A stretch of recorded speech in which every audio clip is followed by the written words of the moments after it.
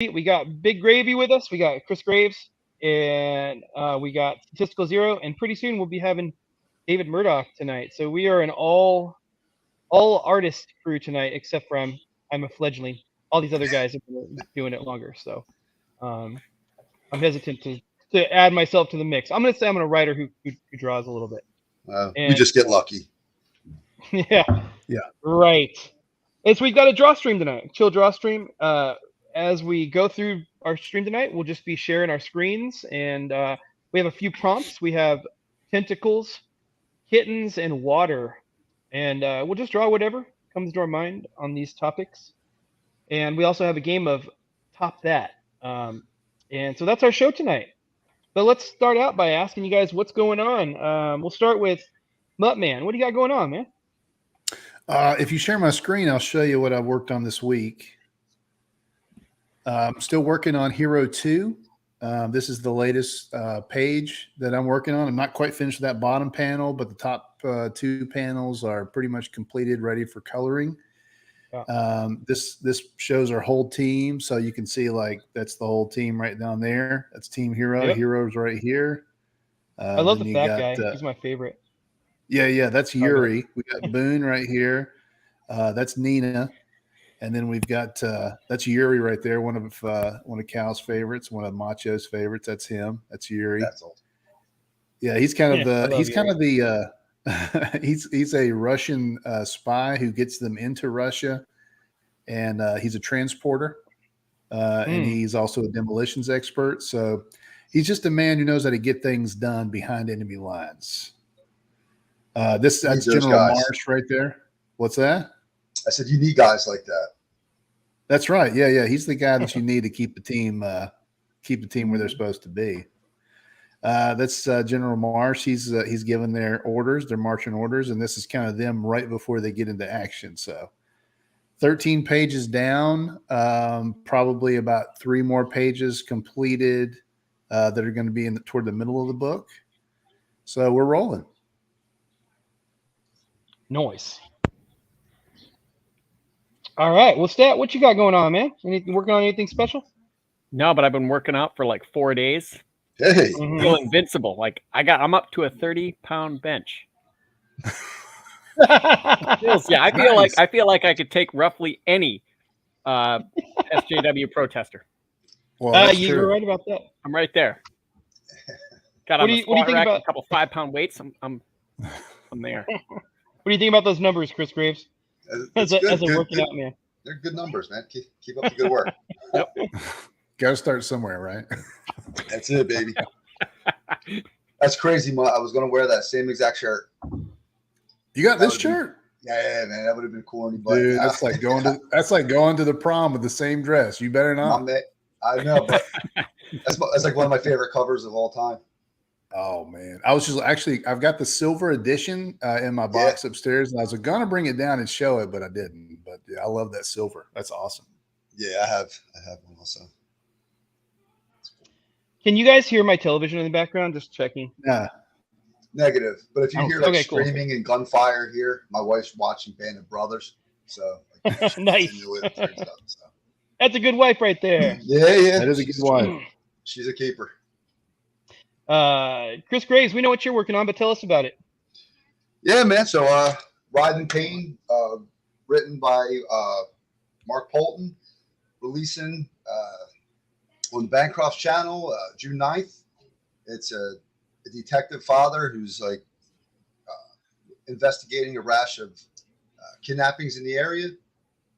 He's so into it because it's cost him his daughter.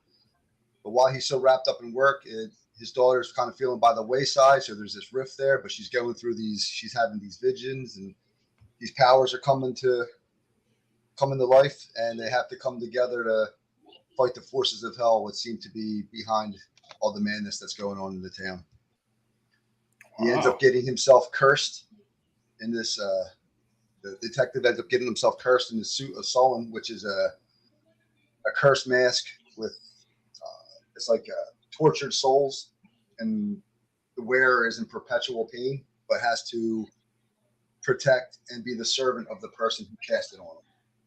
So there's like a lot of cool stuff going on there. Nice. Yeah, man. We're launching June 9th. We're excited. Then we have a con in the 24th and 25th. I believe those are the dates. The New Jersey Comic Fest. We'll both be there. Cool. Pushing out the preview book, doing sketches, all that fun stuff. Awesome. I think you guys are going to do some really good numbers on that book. The artwork's looking great. The colors are coming back really nice. And I just think it presents real well. So and you're going to hit in June. And I think there's not a ton going on in June. It doesn't seem like. I know there's a lot of stuff that's, up for a campaign right now, but June's a good month for you guys. I think you're going to see good numbers. Yeah, I'm hoping, man. I'm excited. It's like, nervous energy. I was worrying about all that stuff, but I'm at the point now where it's just like, we're here. Yeah. And, that stuff I can't control, but man, I hope your optimism is on point. Yeah, you're right. But at some point you just got to let the work stand up and see what people do with it. And, I've definitely been like me and Macho, we when we put our first book up, it didn't fund. So we learned our lesson early. We didn't fund that first one. So we had to come back stronger. The second one, we campaigned harder and we got funded and then some. So that's awesome. We definitely learned that it's not automatic. Yeah, for sure. And I like that energy because I'm kind of wired the same way. Like you worry and stuff, but at the end of the day, what happens, and it won't stop. It'll just, we'll push it one way or another. Yeah, and sometimes it's just about timing. Yeah. Sometimes it's just you put it out in the world and it's not quite ready yet, but then you come back again later and it's much better. So, but I think you guys are hitting it just right. Mark's a campaigner. You guys are going to do well. Means a lot, man. Appreciate it. Yeah, I was saying before stream, I was telling Chris that it's got that early Spawn vibe, when Capullo first hopped. I get very similar feeling looking at a Writhe in Pain. So yeah, I'm with you, Mutt. I think it's going to do great. Appreciate it, fellas. Yeah, and I am working on all kinds of stuff. I got a sweet iPad a few weeks ago, and I've been drawing like a madman. And I'm still in the fledgling stages, but I'm starting to like more of what I see.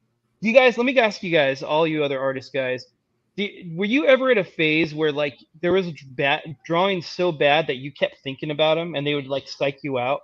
Like when you want to draw something else, you go like that's where I'm at in my brain. Like drawings keep popping into my head from like, a few months ago or whatever, which I tried so hard to draw something good and it just looked awful, No, and not at all. I'll go to draw and then I'll be like, and the image will pop into my head just telling me like, you should just stop. You should just quit. Remember this? And I'm pushing through it, but I'm getting some things where I'm like, oh, I like that. That actually doesn't look awful. So one thing I'm doing is, and I've told the guys about this, I haven't announced it publicly, but I will now. I'm going to do some free like stuff in the Shinobi Sasquatch universe for backers. I'm going to probably put it on Webtoons because they have a really cool vertical scroll format it's different from the comic, when you're normally reading comics and you're turning pages. Mm-hmm. You just scroll and the story comes at you from the bottom. And it allows you to do some really cool things where the image can actually go on, go down, cool. down. It's like the same feel as like a double page spread, but it can be a vertical thing. Like the infinite scroll kind of thing? Well, it's not infinite, but like you have, depending on how long the episodes are, they are a vertical thing. So you scroll from the top to the bottom. And so like, let's say tonight, like we're doing tentacles tonight, you could do like a really cool thing where a tentacle comes up from the bottom of the story all the way and ends at the top, and you're not really sure what's going on with it. And you get to the bottom and you find that there's Cthulhu or something. And so I don't know. It's a cool format. The only thing you got to be careful with that for is if you ever try to print it, A, it's going to not look awesome, and B, you're going to be able to tell it was a webtoon that's kind of converted. Oh, right.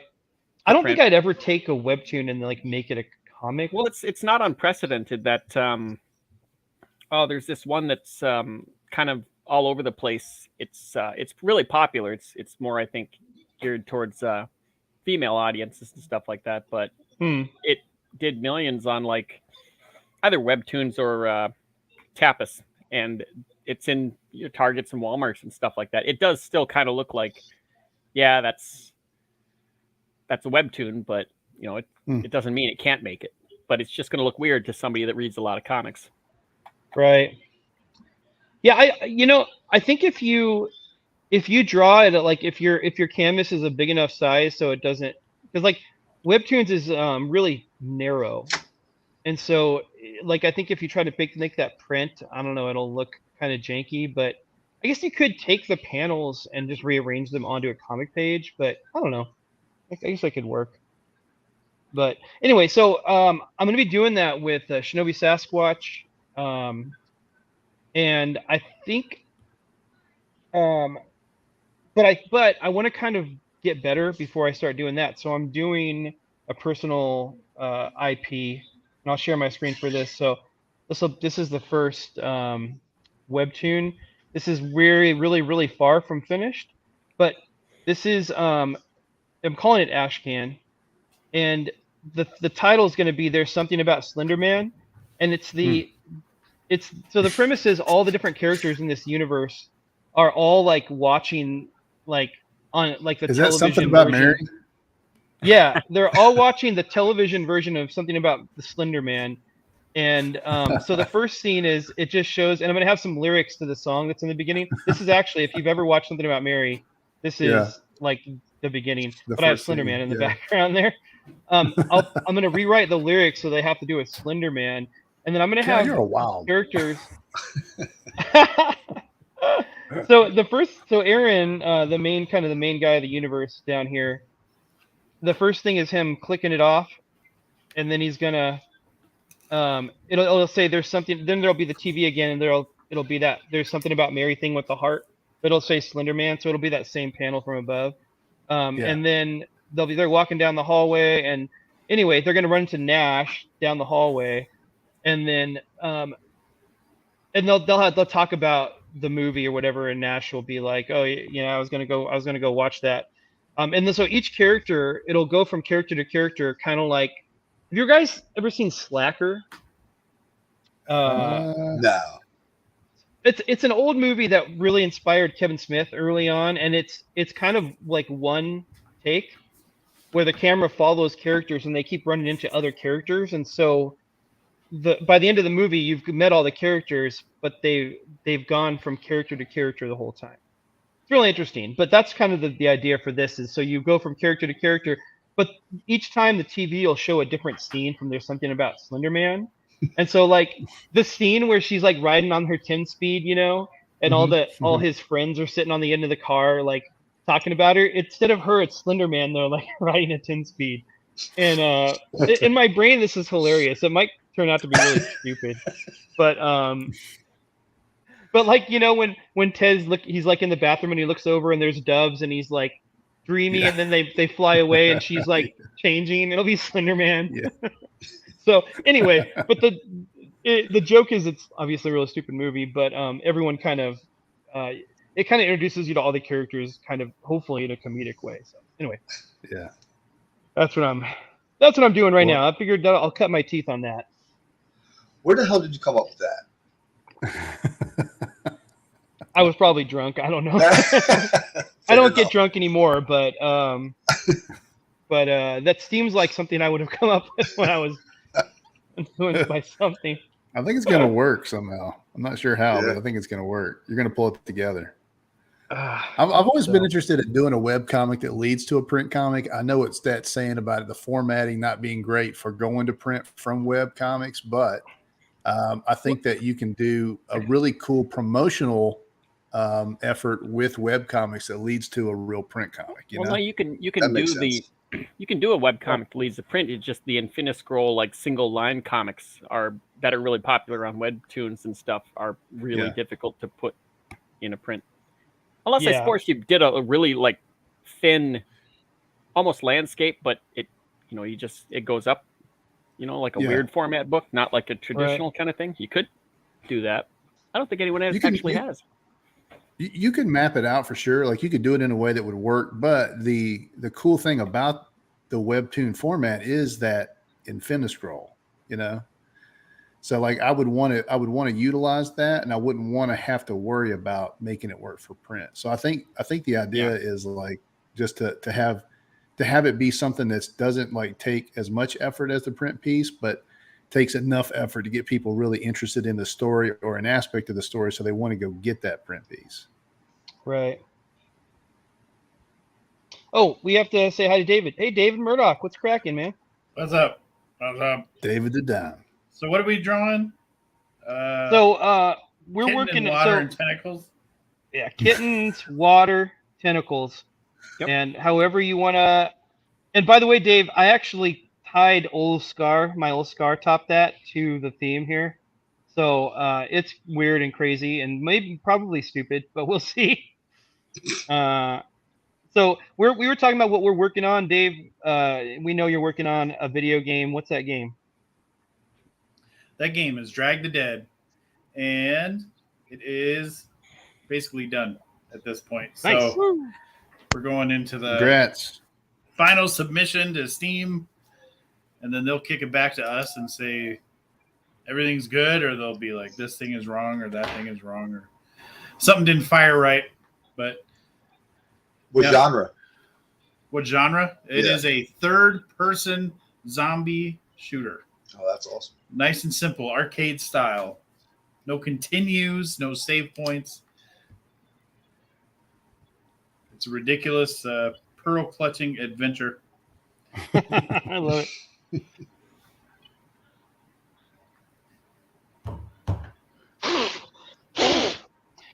So right now, Mutt's working on. I guess before we get into our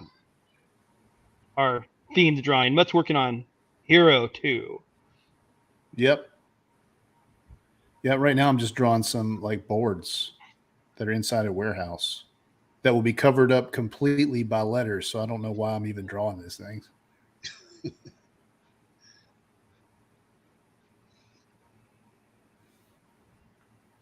I don't know how to draw an underwater ruins.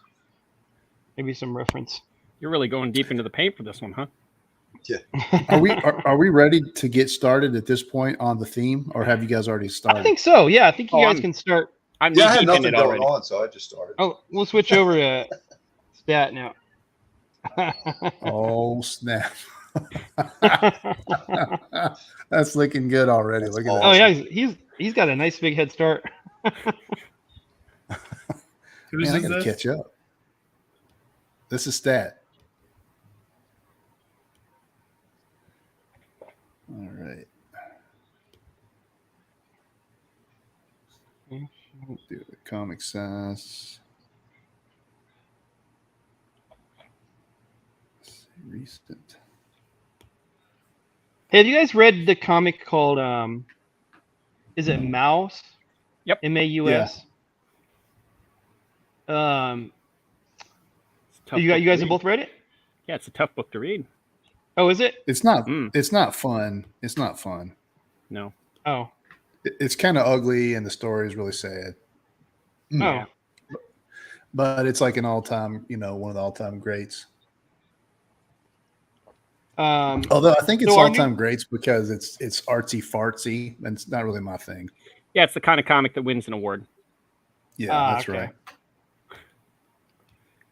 Why do you ask? Are you getting it? Okay. Well, so we have some new friends. They're called. So there's a YouTube show and podcast called the Reverend and the Reprobate podcast. Yeah. And they have like a nerdy Christian podcast network that they're part of. And they've been talking to us about coming on their show, and we're gonna have them on too. Anyway, they the Reverend guy, he the host of the podcast, he's a pastor in probably about 40 minutes from Mark, northeast of Mark. He asked me if I've read that the other day, and I told him no. And he said, "Oh well, they were all on sale at Barnes and Noble that was going out of business, and so I bought some extras. I'll send you one or whatever." So I'm gonna get that in the mail pretty soon here. I'm gonna check. You'll have to do a review for us then. Yeah, if I can get through it. It sounds like it's gonna be hard. A lot of laughs.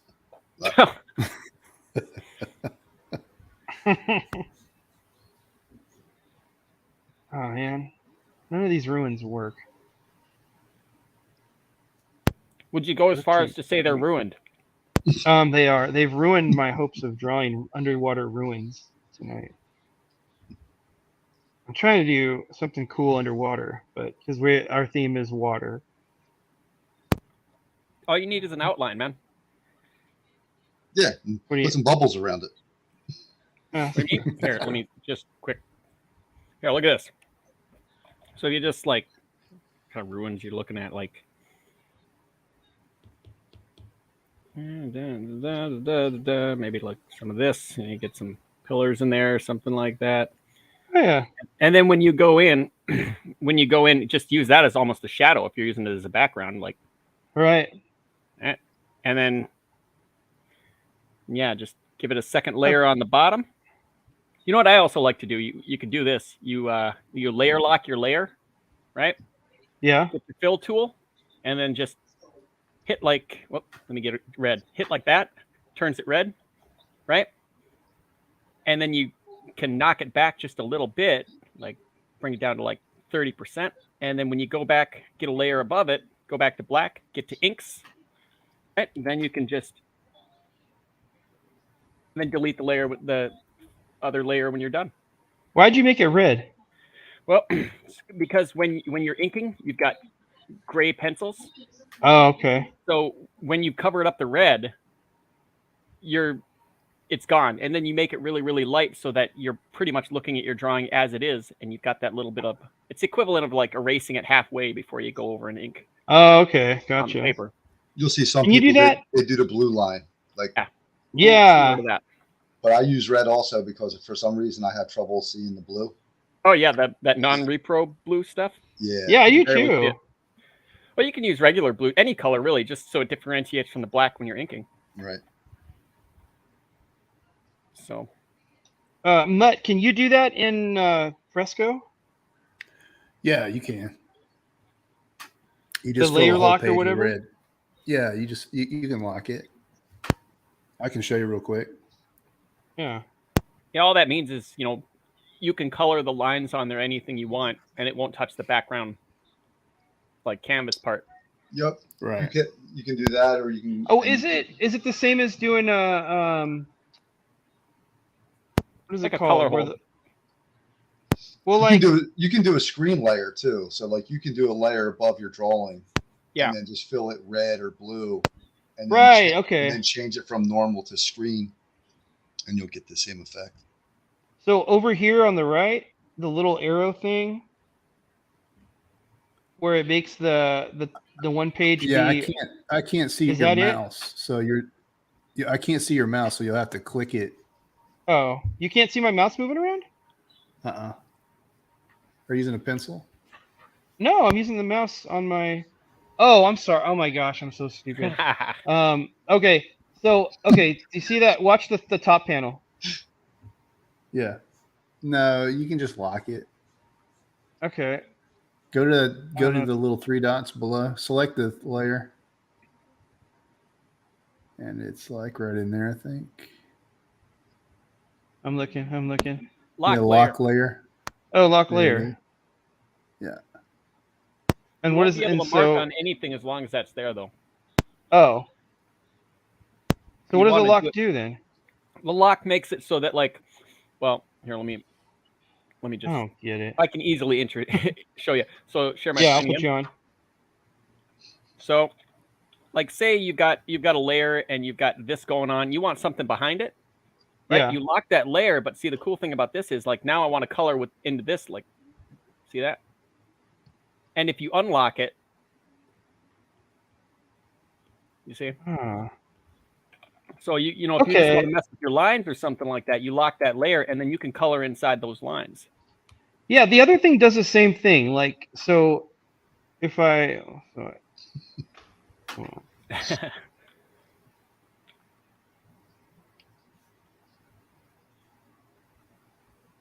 on. Okay, so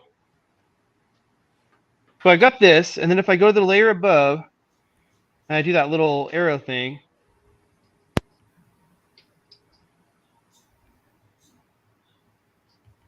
And then I grab a different color. Why is it not working?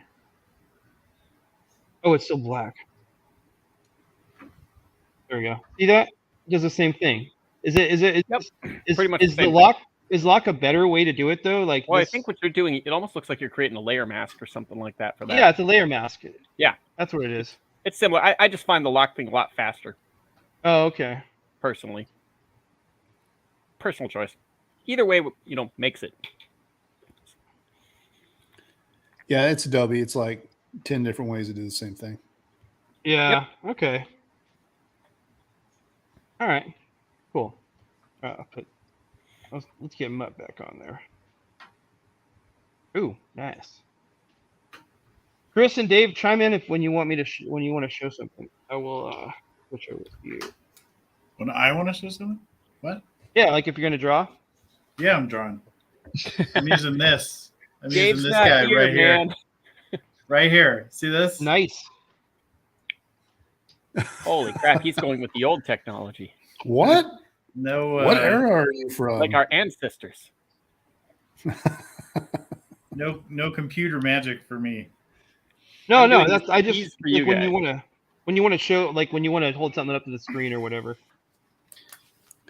This is one of I'm drawing a creature that my You got son some came. eyeballs. Start it so far. I like it. He's going John Carpenter route.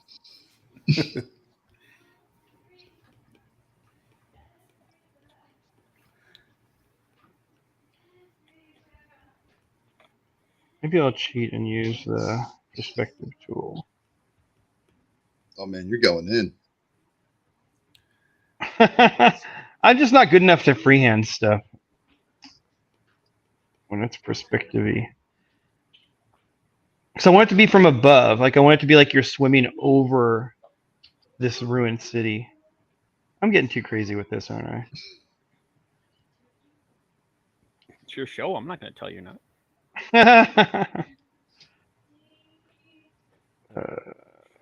Edit vanishing point. So I don't understand what even perspective I even want. I guess that works.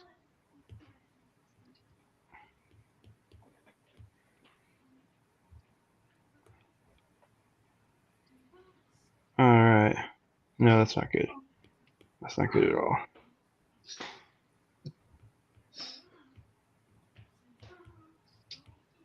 Sure, it's fine, Cal. No, it's not. The perspective, I'm just trying to find a good perspective, and I'm not. Man, Fresco is so cool. I really dig it. Yeah, I love it. Mark's saying Procreate's where it's at, but I don't know, man. Yeah, he's I a really dig hater, Fresco. man. He's a big hater. I knew I liked Mark. Are you use Procreate? Yeah. Got all awkward in here. I want to get it too, and just use them both, and see Yeah, where try I them land. out. See which one you like better. A lot of people use Clip Studio, man. I struggle with that. That's what I got.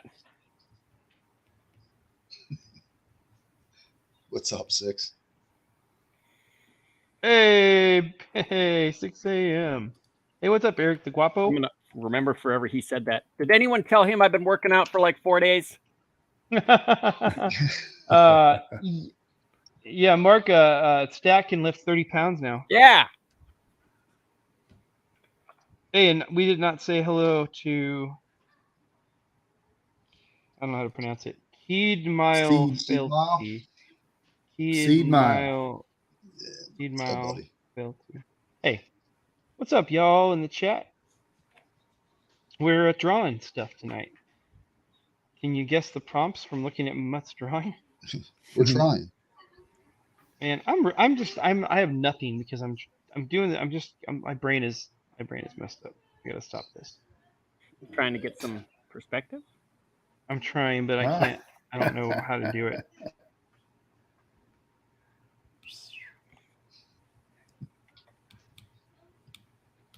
I just feel kind of gypped because Cal told me earlier we were doing this traditional. No one's going to use Oh, he lied. computers for this. Oh, I did not tell you that. He straight up lied to you.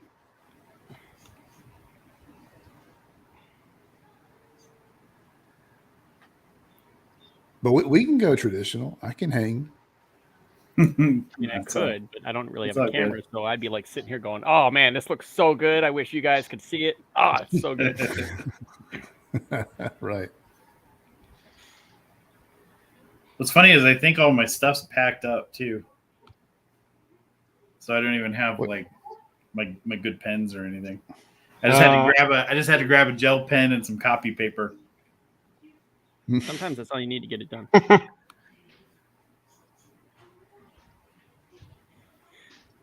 It's almost like he looked at us and I'll just use this cheap stuff. More than enough. Is anything crazy going on at the shop this week, man? Yeah, I got this new customer who's been in a bunch of times, and I swear to God, he looks like Mark, but like probably like 15 years younger. I laugh about it every time he comes in. He's probably looking for him to kill him, like Looper. It's Mark's brother. But no, I switched. So I think I've told you guys that like CGC got bought, and they've jacked their prices way up. Oh, and so I'm gonna stop getting stuff graded. So I decided to take all this huge backstock of comics I've got that I wanted to get graded. I decided to put them out raw. Oh, and the interesting thing that I'm learning is they're like flying off the shelf. Yeah. Really? Yeah. I didn't know. What do you mean raw? Like they're not graded or anything. They're not slabbed. Yeah. Okay. I haven't gotten them clean and pressed and all that stuff. Just put them out as is. And people are buying them like crazy. I don't think I showed you guys one of the last collections that I got from somebody. I had the old Marvel Star Wars. What did I get? I had issue 1, 2 copies of 3, issue 4, 3 copies of issue 7, 2 copies of issue 8, 1 copy of issue 9. This one guy had all those.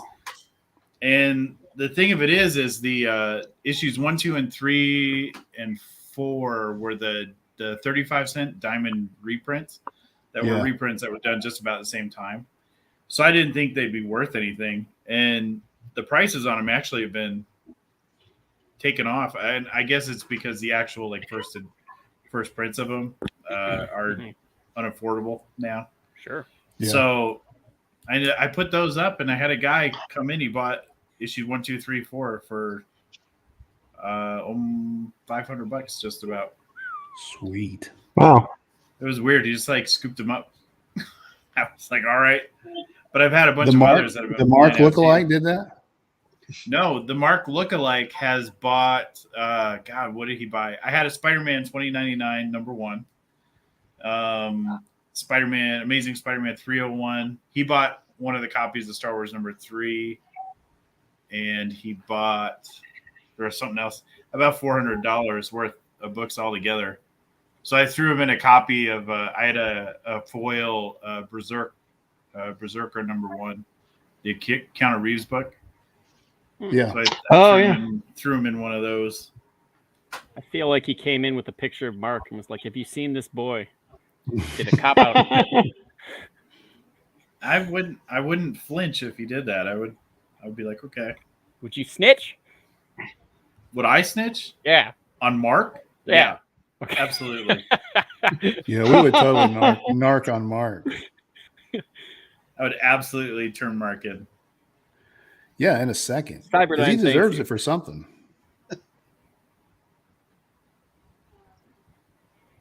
that's supposed to be friends. I thank God Mark's not going to be the future leader of the resistance. We're friends. Looking really It would good in be- that, man. It would be for his own good because I love him. There you go. Right. Yeah, we want him to get better. I mean, he's got obvious problems, you know. We want to I mean, that's why he couldn't be here tonight. You know, he's dealing with something, you know. He's got these issues that he keeps having to go get dealt with and stuff. STDs. Oh, I wasn't going to say that. Wow. Yeah, I told him I wouldn't say anything. I'm sorry. Can we edit that out later? No. Okay.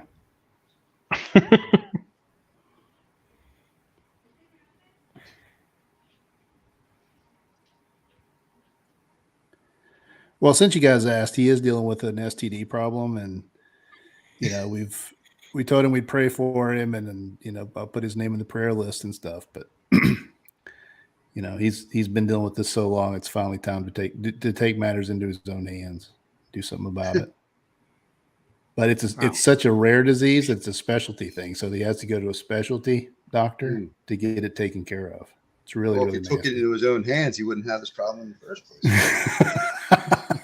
Right? Stunning and brave. Yeah. Well, I hope he gets sells the movie rights. Yeah.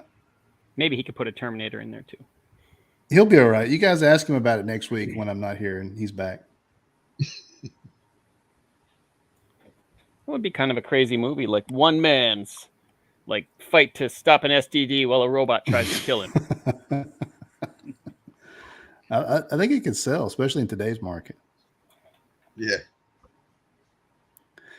Speaking of movies, have you guys gone to see The Little Mermaid yet? Not yet. Well, it's on my list, but things keep coming up. Just Stuff. waking up. Well, Cal can't. Surely, Cal, you're going to have to go see it because you got a little girl. No, she doesn't want to see it. Really? She's not interested? Yeah. No, she knows it's the product of wokeness. So she's. Oh, she does. Okay. She's dialed in. You're not one of those parents that's like, so my son was sitting there 5 years old saying, how are we going to stop the collapse of the economic, U.S.? What are these conservatives doing? My son was just saying that to me. And then he started crying. Yeah. I know. He put "No Trumpers Allowed" on his bedroom. We are so proud of him. She's the opposite. She's like, she's like, let's go, Brandon, all the time. No, she didn't say that, but. Daddy, it happened again. What? He's in the closet. Brandon. Check under the bed.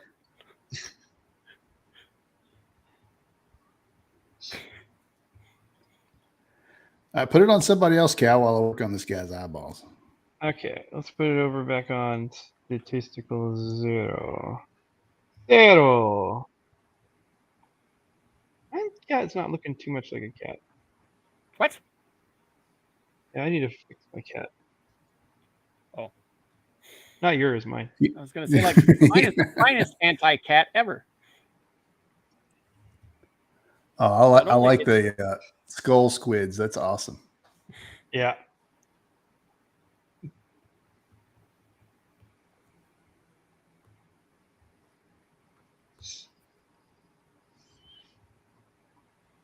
It's weird that Macho and Mark are out at the same time. Yeah. Mm-hmm. I don't think I've ever seen them in the same room at the same time, come to think of it. Well, I'm in Macho's house right now. I don't know if you guys saw my background, but I'm in his house right now. House sitting for him since he's not here. He said he was going on vacation, but I think they went to the same doctor's appointment. He's going to bite the entire state of Nevada, isn't he? Watch out for them hookers and vampires, Mutt. Especially in Nevada. That's their home.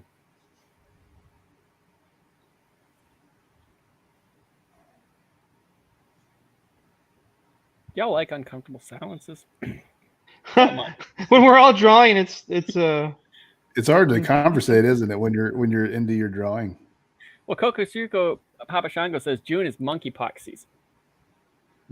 Oh yeah, yeah. Oh, sure is. Monkeypox awareness is very important, especially with Macho. Oh, gee. We need to remind him of that. You know, it's funny. I was in the office today, the church office where I work, and I heard our sweet receptionist, who I love with all my heart. She's awesome. I heard her telling. That was the lie detector dog. No. She really is. No, she's awesome. She really is. She really truly is awesome. Okay, I'll believe you. But I heard her telling somebody, some old lady who just come in the office, about the new Little Mermaid movie and how she should totally go see it. And I'm like, I wanted to go out there and be like, don't listen to her, please. But I didn't. I plugged my ears and kept reading my Bible. You decided to let somebody else make their own mistake, huh? Well, other than race swapping, what's wrong with it? Other than that, Oh my gosh, really? yeah, I don't know. You haven't seen as much. The raps. What's the bird? Yes, the rap. The bird. Who's the lady? What's her name? Aquafina. Yes, who voices the bird. It is she's so it is probably one of the most grating voices. But for her to take on like a character like that and then rap, it's sick. It's really sickening. You just have to remember, like every Disney live action adaptation, they're taking something classic and just sucking the life out of everything that was good about that. They take it right out. It takes out the character, it takes out the color, it takes out the romance, it takes like everything is just gone. I thought they had the closest they got was Jungle Book, but that's like only Jungle because Book. Christopher Walken voiced that. that monkey. Oh. Well, John Favreau did that one. Oh, he did The Lion King too as well. I didn't see that one, but I think the last one I might have seen was the Jungle Book. I saw two of them and decided like this is garbage. They shouldn't be doing this. It's kind of reducing their already really popular money making IPs. I've heard they've got 10 more on the docket. Shoot, Golly, and every one of them sucked. I remember when the 70s and 80s when they were making like either adaptations or like newer stuff, like Watcher in the Woods or Something Wicked This Way Comes. Watcher in the Woods scared me to death. Then you watch it as an adult and you go, so it was an alien? But yeah, it was. I mean, they made horror movies for little kids, like Mr. Boogedy. Weird movie about I remember watching this as a kid. It was like a shoemaker that sold his soul to the devil, and he's haunting a house. It was a Disney movie. Oh, I still watch those around Halloween. Oh, what, Mr. Boogedy and Bride of Boogedy? Yeah. Yeah. Yeah, Disney was an amazing thing. What is it you speak of, Mr. Boogedy? What is that? It's an old Disney horror movie from the 80s. Oh, man, I've never even heard of that. Yeah, he had two of them. They were both kind of straight to TV stuff. So did he say Boogity Boo? Yeah. Yeah. Oh, I remember that. Yep. Boogity Part of the Boo. wide world of Disney, Oh, okay. where they were doing a lot more like straight to TV, and their Disney Channel's just getting up and going, so they were putting like decent movies and stuff like straight to it for that. But Okay. it's a bygone era. It's bygone time. It's all trash now. Yeah, it is. Something good's got to come out soon because it's been so much garbage for so long. What was the last really great movie you guys saw? Like something you're like, man, that is awesome. Like in the theaters? Anywhere. Oh. You talking about counting rewatching? 2-hour movie. What is the last great 2-hour movie or, around 2-hour movie that you've seen? I watched John Wick 4. It was all right, but it wasn't as good as the ones before it. I wish they would have stopped at 1. I'm going to say it. Yeah, I'm not even a fan of 1. I think with that movie, it was it's always great to have like a you don't know who you're screwing with movie. And it was really small. It was really like intimate. It was like that tiny little section of the city. And then they decide like there's this huge worldwide, hitman guild and we pay with special coins and you're also a gypsy and there's special rules to you got to go cut your thumb off to get out of this. It got really convoluted. It's kind of like the Matrix where they're like, oh crap, we need more, pull a trilogy out of our bumps. Yeah, let's pull a trilogy, make it all up. It's funny you mentioned the Matrix because I thought that's how John Wick should have did like a crossover. Like Oh, really? somehow that was like Matrix related. And then, well, no, I'm glad they didn't, because this last Matrix, from what I understand, kind of ruined everything. Saw that. I didn't see it either. Yeah. I heard a couple of the clip notes, and they like pretty much just because, hey, conservatives like those old movies, we're gonna have to ruin it. It was all right. From what I understand, the movie was going to get made regardless of if anybody that was involved with the previous films wanted to or not. They were going to do something. So they did. So they all stepped in and kind of did what they could. There was some real studio bashing early in the movie, like not even subtle. Oh, wow. I got a kick out of that. Kind of, and they like almost talking about how studios step in and force people to continue like an IP. It was really on the nose. But was it done by the Wachowskis? Okay. Yeah. I actually liked it probably as much as the second or third one that were coming. I thought it was okay. Kind of fit with the world. It's not something to like run out and see, but it wasn't. I've seen much worse. Much worse. Well, in the theaters, the only one I could think of is Top Gun Maverick. That was good.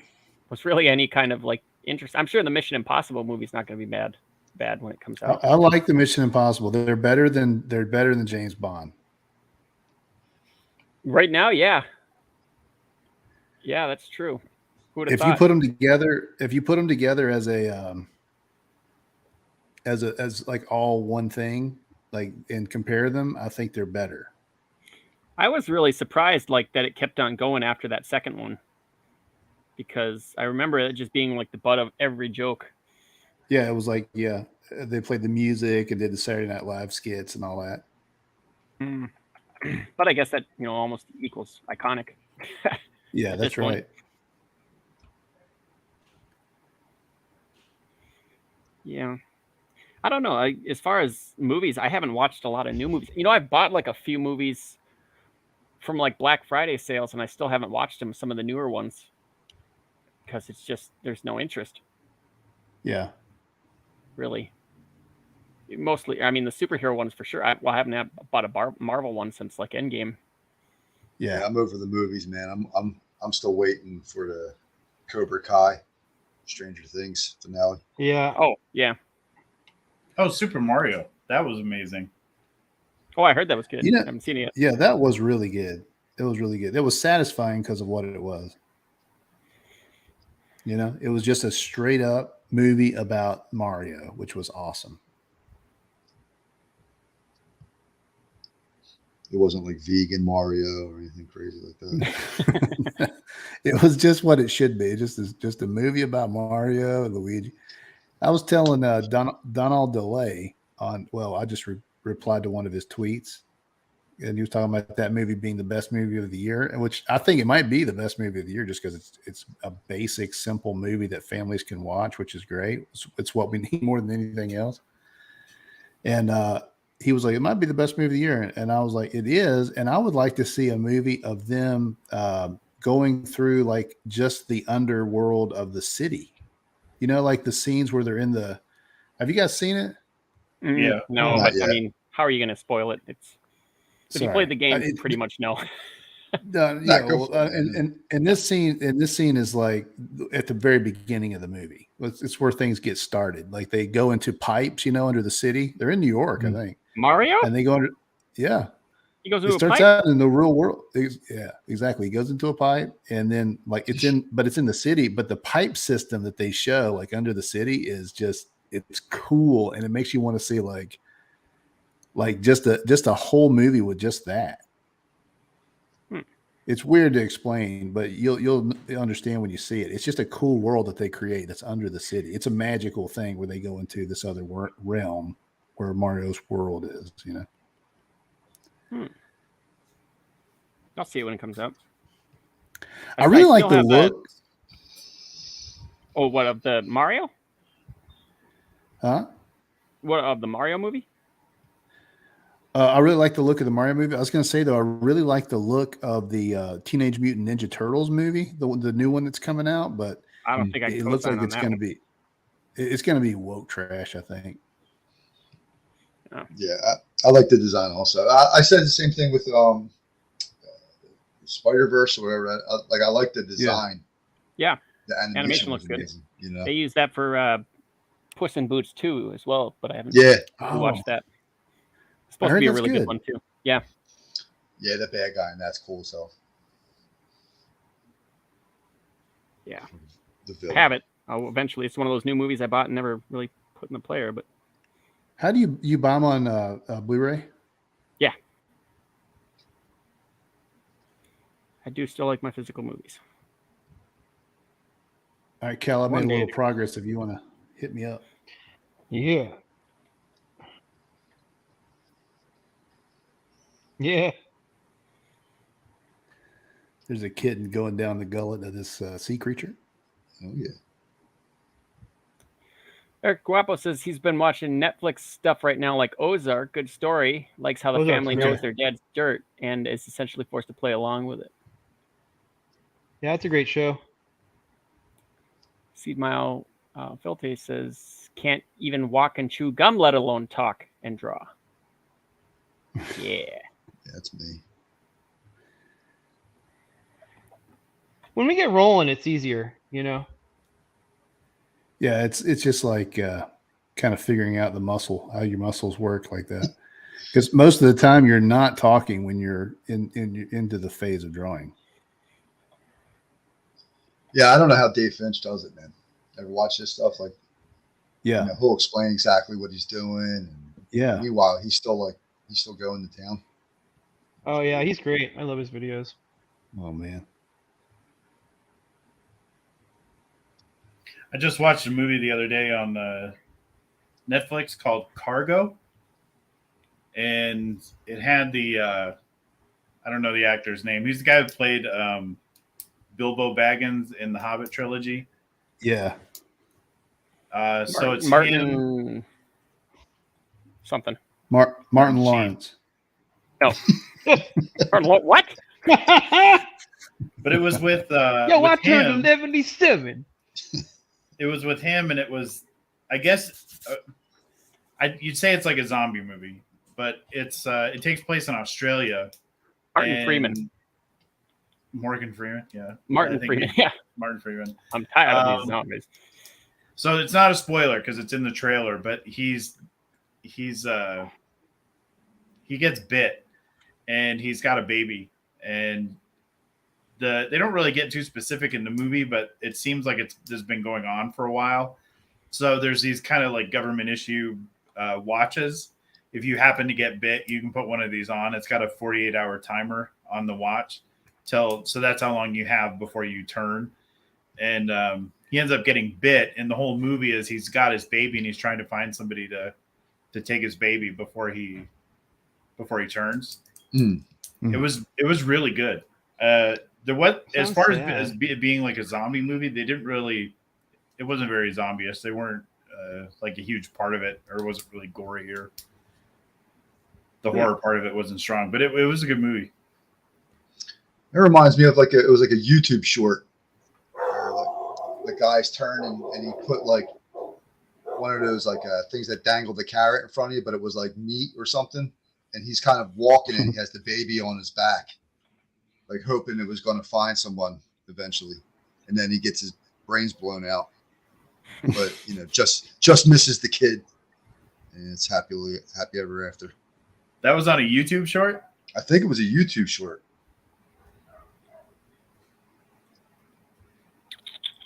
There's something very similar to that in the movie.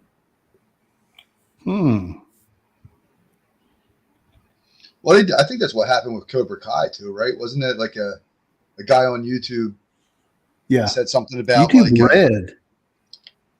What was that? Daniel LaRusso was actually the villain or the bad guy in Karate Kid, and that's kind of where Cobra Kai stemmed from. Oh yeah, I heard that.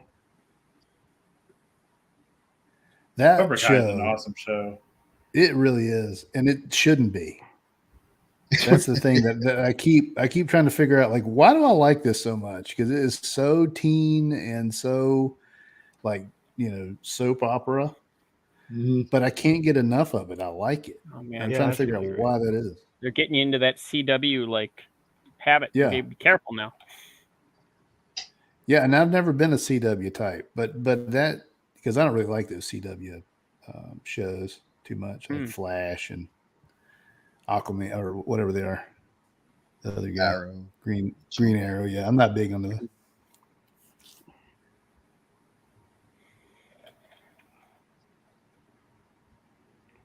I also watched the new Shazam. Well, the one because I saw it was on HBO. Right. I ended up watching that. That movie really sucked. Really? Yeah. It was kind of all over the place. Like it never gets its footing. Like it doesn't know what kind of movie it wants to be. It crammed a lot in. And it wasn't good. That's too bad. I never saw the original one either. I didn't mind the original one. I feel like it was DC's Ant-Man. Same tone. Yeah. I started watching Ant-Man on Disney Plus. I'm glad Mark's not here because I don't have to listen to that. He gives me such a hard time about Disney Plus. But still having it. Yeah, about having it. Yeah. But I watched a little bit of Ant-Man, and it's kind of like, wow, this is not good. Did you guys think Ant-Man was good? Because I haven't really gotten into it too much. Like I'm about 45 minutes into it, and I'm kind of like, nah. I did. Did you like it? Yeah. No, I thought it was the Quantum Mania is what I'm talking about. Oh no, the first two I'm okay with. I wouldn't watch Quantum Mania. I don't think I've watched a Marvel movie since Endgame. No, neither have I. Oh man, I tell you, and I said this right after leaving the theater after watching Endgame. That was Marvel saying goodbye to me. Yeah, that's kind of how I felt. Yeah, they were like, okay, well, we've done the fan service for you guys. Now we're going to move on to these other customers that don't exist. So we'll see you guys later. I lied. I watched that Spider-Man one. Well, that's not technically Marvel. That's more Sony. Yeah, I enjoyed that. But I'm a Spider-Man nut. That's fine. Yeah. Which Spider-Man? The one with all three of them. No Way Home. Oh yeah, I actually like that one. I think I was starting to get burnt out on superheroes around like Doctor Strange, because it was I missed when it was one a year and it was an event and you could look forward to it. But then when you get like three of them, and then if you're a comic book fan, you get three of those. You got one or two DC movies a year plus an independent like something like Bloodshot or whatever you might want to go to. You're looking at like 10, 12 movies a year. Half of them really aren't that great, but you're going in there. I really miss when it was like. You guys remember the excitement in like say the 90s when a movie was coming and you were just like, it's coming. Oh, and yeah. even if it sucked, you're like, I got to see, I don't know, The Shadow or something like that, Yeah. And you watch those movies and they swing for the fences. They're not great, but they swing for the fences. Yeah. Yeah. Look at X-Men. I just watched the trailer for that and it was you can tell that movie was made in 2000 because that trailer was like it's like showing off like flashy and names like Cyclops, like that, and clips from the movie and everything. It wasn't a good trailer at all. But that's what we were working with. Yeah.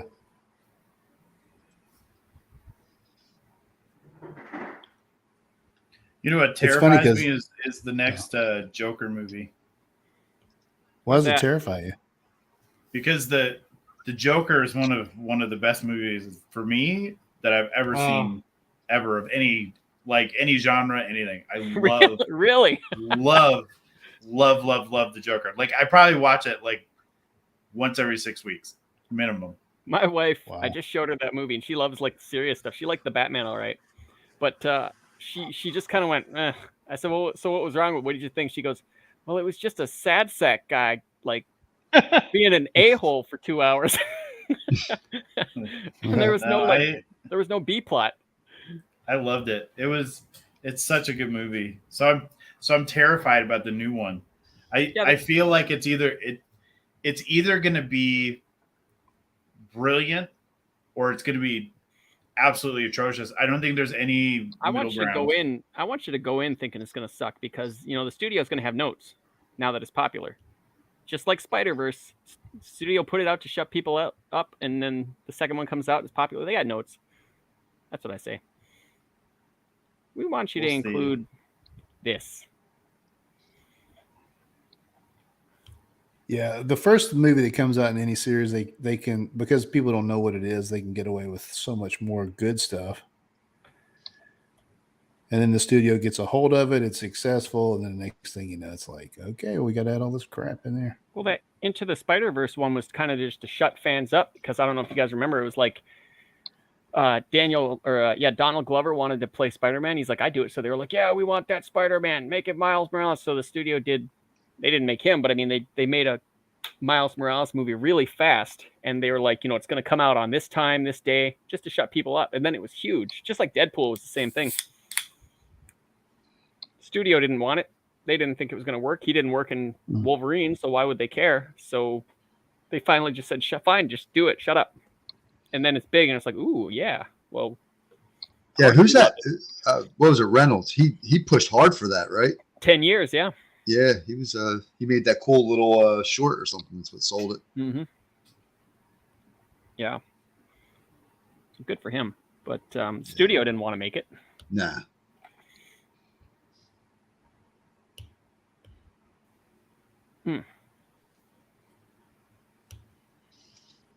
This is like the stupidest thing I've drawn. Me too. Let's see it. Make his screen big so we can see what he's drawing. Mine? Well, he's drawing traditional, so he has to hold it up. Yeah, let's see it. You want to show it yet, or do you want to wait? No, I'll show it. Hold on. Come on, Cal. Gotcha. Okay. This is my little man on the good. boat. And my big, I like it. My big gory kitty kraken. Oh, that's really good, man. That's not stupid at all. This is stupid. This is absolutely stupid. I don't like this. It's so good though. So that's my little kitty kraken. Oh, that's going to be a boss in Draw on the Dead for sure. His little rib cage and eyeball popping out. Oh, Popping out the water there. This guy's heading towards it. That's really good. Disgusting. That's disgusting. You should be ashamed of yourself. Maybe I'll do another one.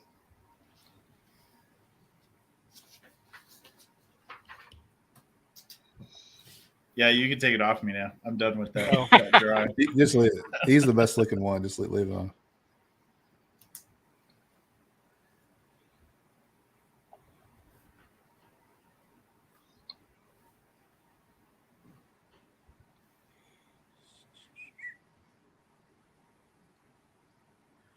Cal, share your screen so we can see what you're doing. I don't know. I'm not loving it. I'll show you. Oh man, post those failures. You gotta, post. I mean, it's failures. just really basic. It's not awful. It's just like your guys' are so exciting, and mine is like super boring. It'll go with my story though. I like it. It's like a cutscene from like a game. Oh, I love that. Yeah. Look at the eyes on that guy. He's really scared, that poor little guy. You guys are going color and everything. I'm not. Cal's not playing around. He's going color. Well, because I'm not good enough to like actually put detail into the drawing. So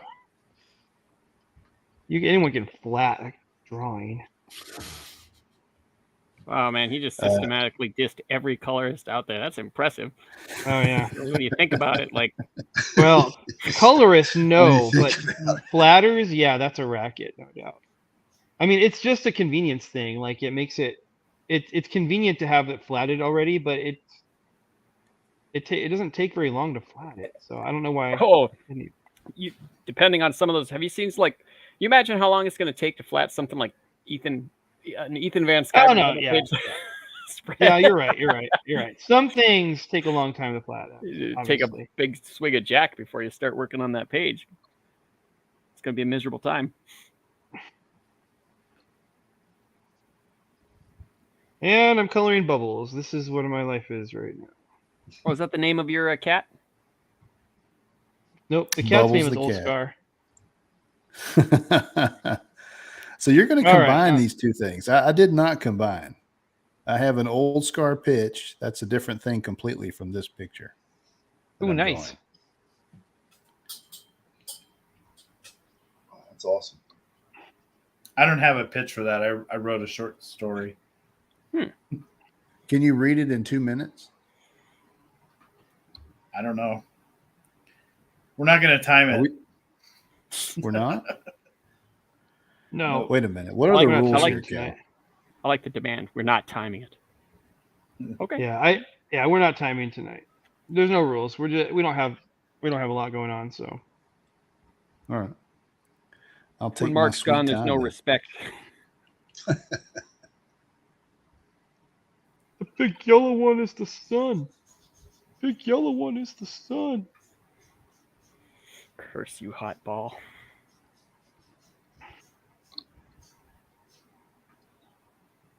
Sun, beautiful sun. Oh, geez, around you. you're watching me. Bubble guppies. Oh yeah, we're watching you. Yeah, these are really good, you guys. I'm like in the ring with heavy weights here. Well, I don't know about that, but maybe them.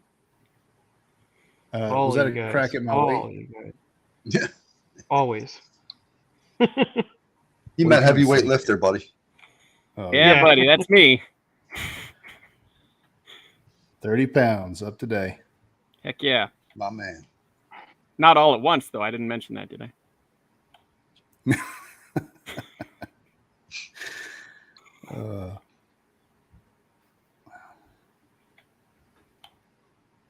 I'm trying to do the suction cups underneath the tentacles, and that is it's hard to do those fast. Mm-hmm. If you care about details, that kind of thing. Yeah, if you want Some to do artists it right. do, sometimes some do.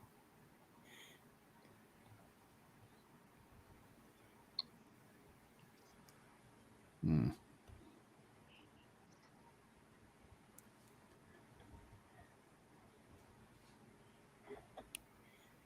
I can't be one of those guys that draws every blade of grass. It'd kill me. You're doing great, Stan. I love that. It's going to be awesome. Is this going to be a part of your pitch as well? No. Oh, shoot. There it is. Oh, this is just like all the things I do on here. It's just to entertain you guys, and then it goes in the garbage.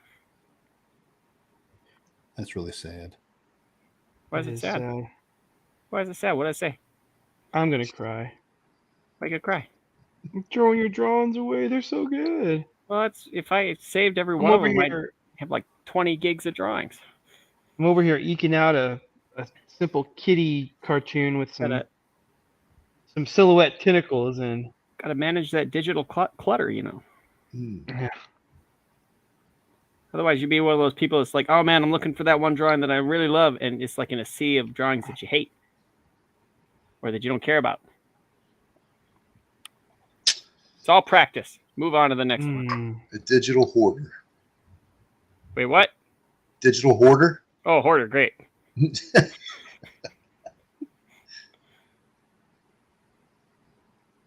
Thought we were getting personal. Personal around here? Digital horror. Ooh. Plenty of those these days.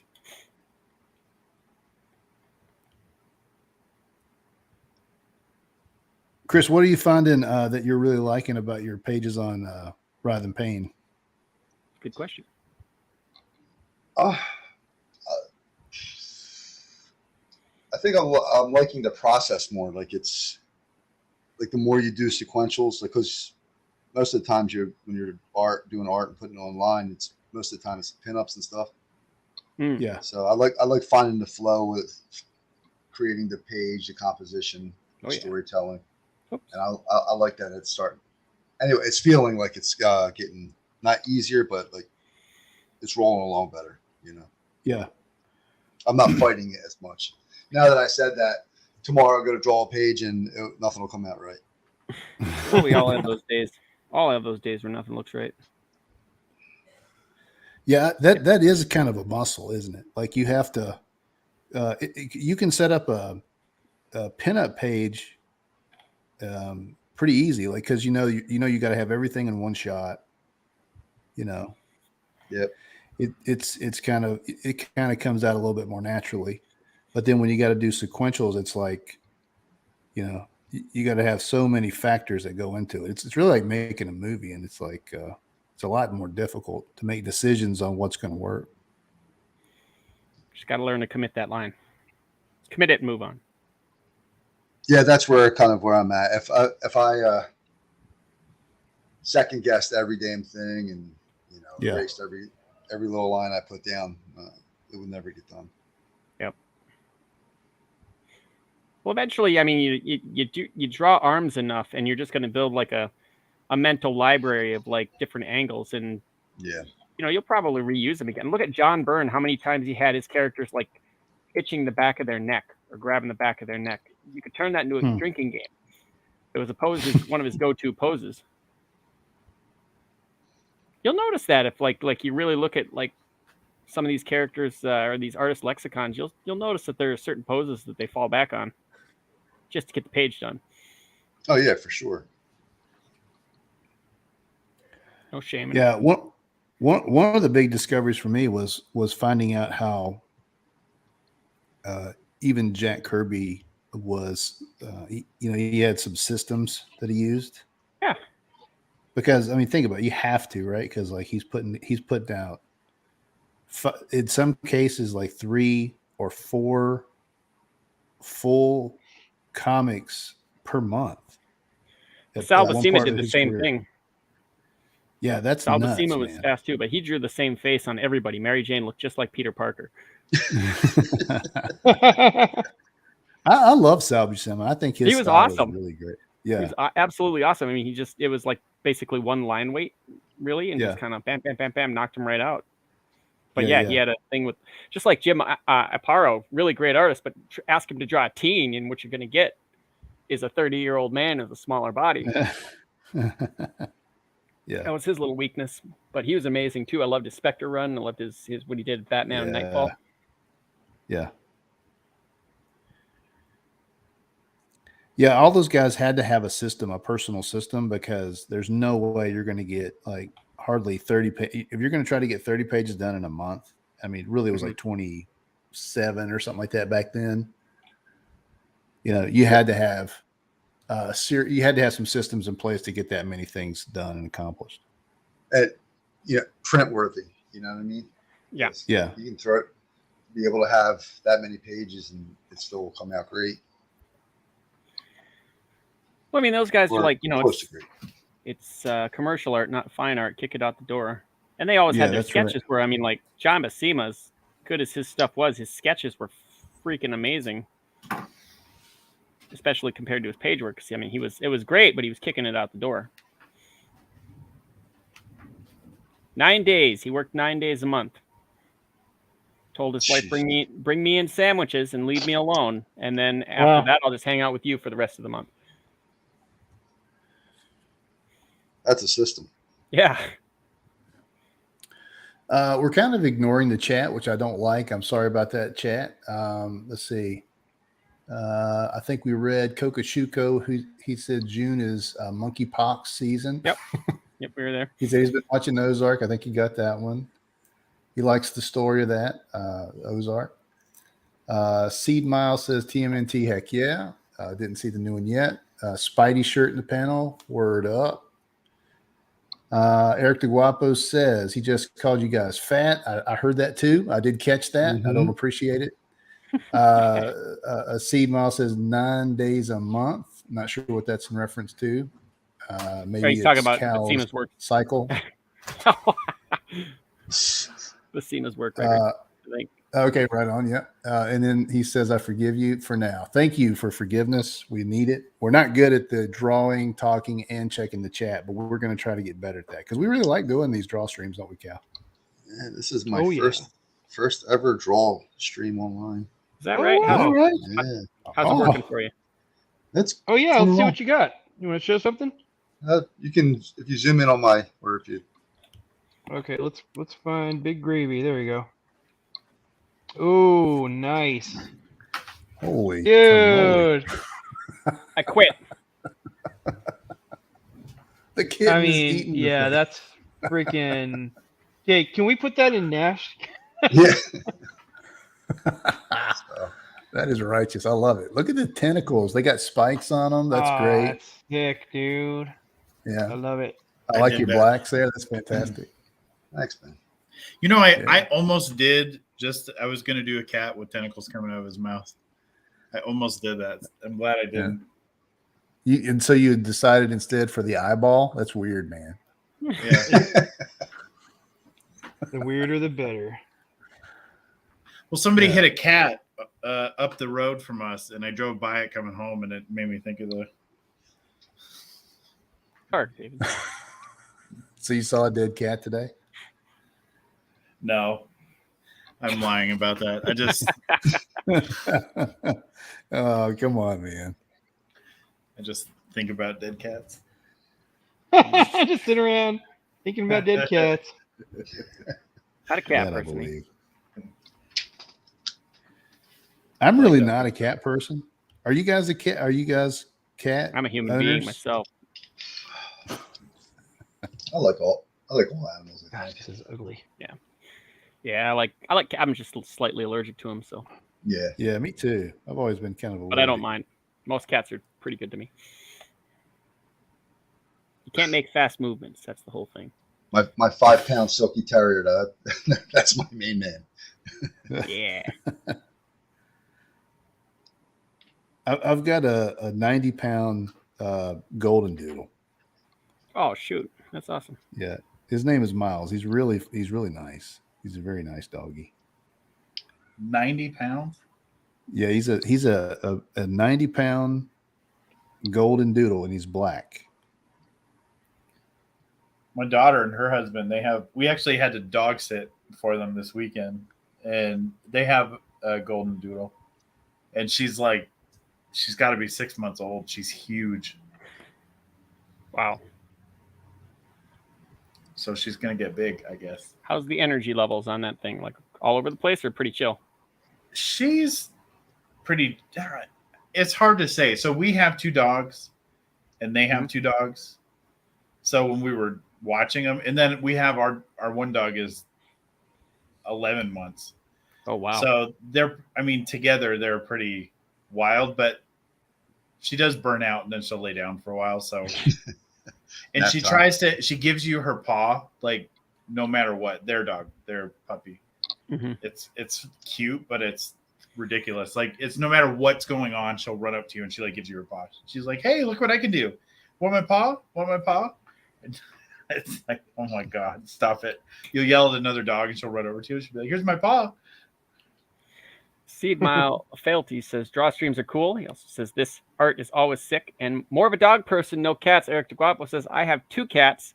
One is a street thug, and I don't want, but he just moved in and never left until the other I got to keep him company. Sweet.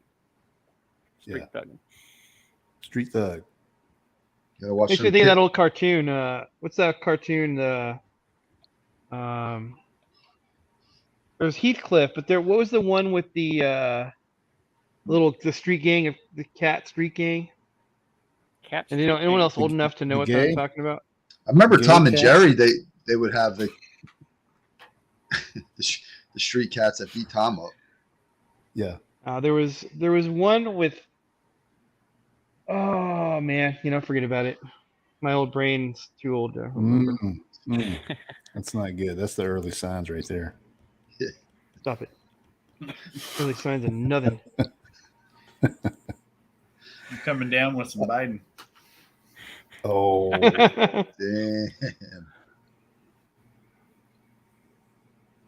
Damn. My dog Miles, he is a maniac. I've really trained him. Like I really have. I've actually paid for training. Oh. And we went through months and months of training, and he'll listen to his commands and he'll do what he's supposed to do as long as you have a treat. But if you don't have a treat for him, he will not cooperate. Sounds like my And kids. he is, yeah, exactly right. And he is a jerk, man. He's a complete jerk. But I love it. He's super cute and he's really friendly. He likes everybody. He knows it. So, he uses yeah, that, he right? knows he's popular Yeah. and everything. He's a big whiner. Like he whines all the time. Like if you leave him in a different room and you don't let him in the room with you, he'll just sit outside your door and cry. Yep. So like he just gets his way all the time. He's so spoiled, rotten baby.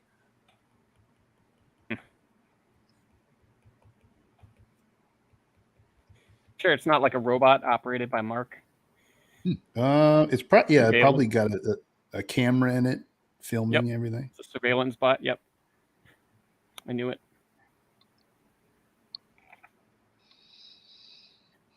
Yeah, they get the pictures of you for their memes.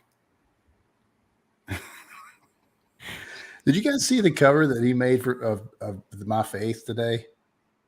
Did you see the YouTube cover? Oh my gosh, guys.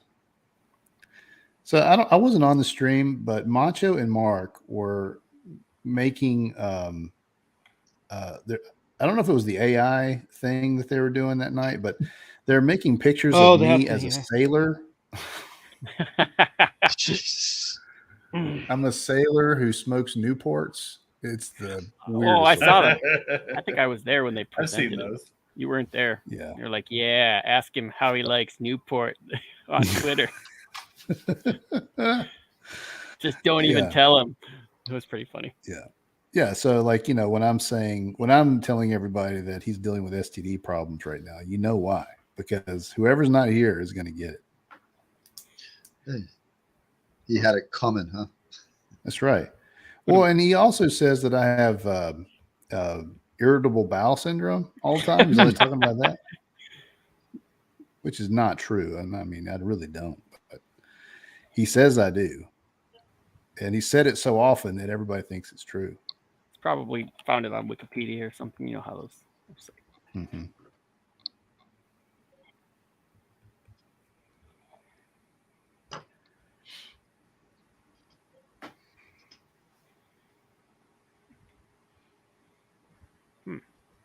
What setting makes it so that you tint the thing underneath it in the color? Is it overlay or screen or? You can do multiply and you'll kind of see through it, but switch up because Big Gravy's had to step away for a minute. Yeah. Oh, okay. He's iconic right now.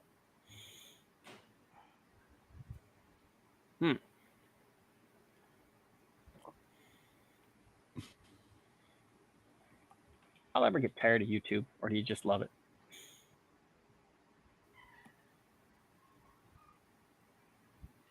All right, I think I'm done with mine. The colors are off because I'm colorblind, but I did a little oceany kind of. Oh, I like that painterly background. And, I love that, man. Oh, thanks. Yeah, but I'm done. I'm done. Stick a fork in me.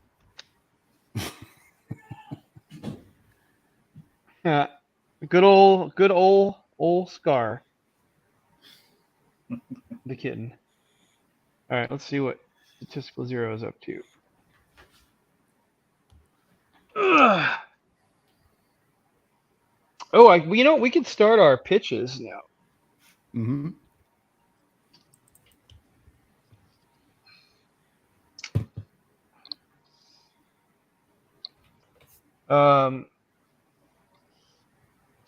What is neat about draw streams is the different type of interpretation. Yeah, I agree. That's cool. I like seeing all the different people's takes on it. All right, I'm gonna do my pitch. Why not? You guys ready? Yeah, pitch it. Ready. I'll put my. Bring it.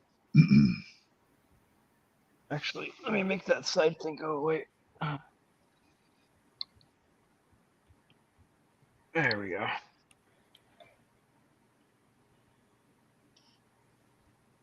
All right, here's my dumb cartoony thing. So does everybody know where the old Scar came from, or the? Oh yeah, give us a background. Since it's been like a month. Yeah, it sure has. What? How did that come All right. about? All right. So the idea behind these little stories we're going to tell for Top That, I live across the street from a really big, really old cemetery, and so we go walk through there a lot. You just go for a walk, take the dogs for a walk through there. It's really beautiful, actually. Anyway, there's a lot of really cool headstones in there. Interesting headstones that will make you think. So what I was talking to Cal about is for Top That should try a series. We'll call it like Legends or something, and I'll snap a picture of a headstone, and then we can tell a story about that person.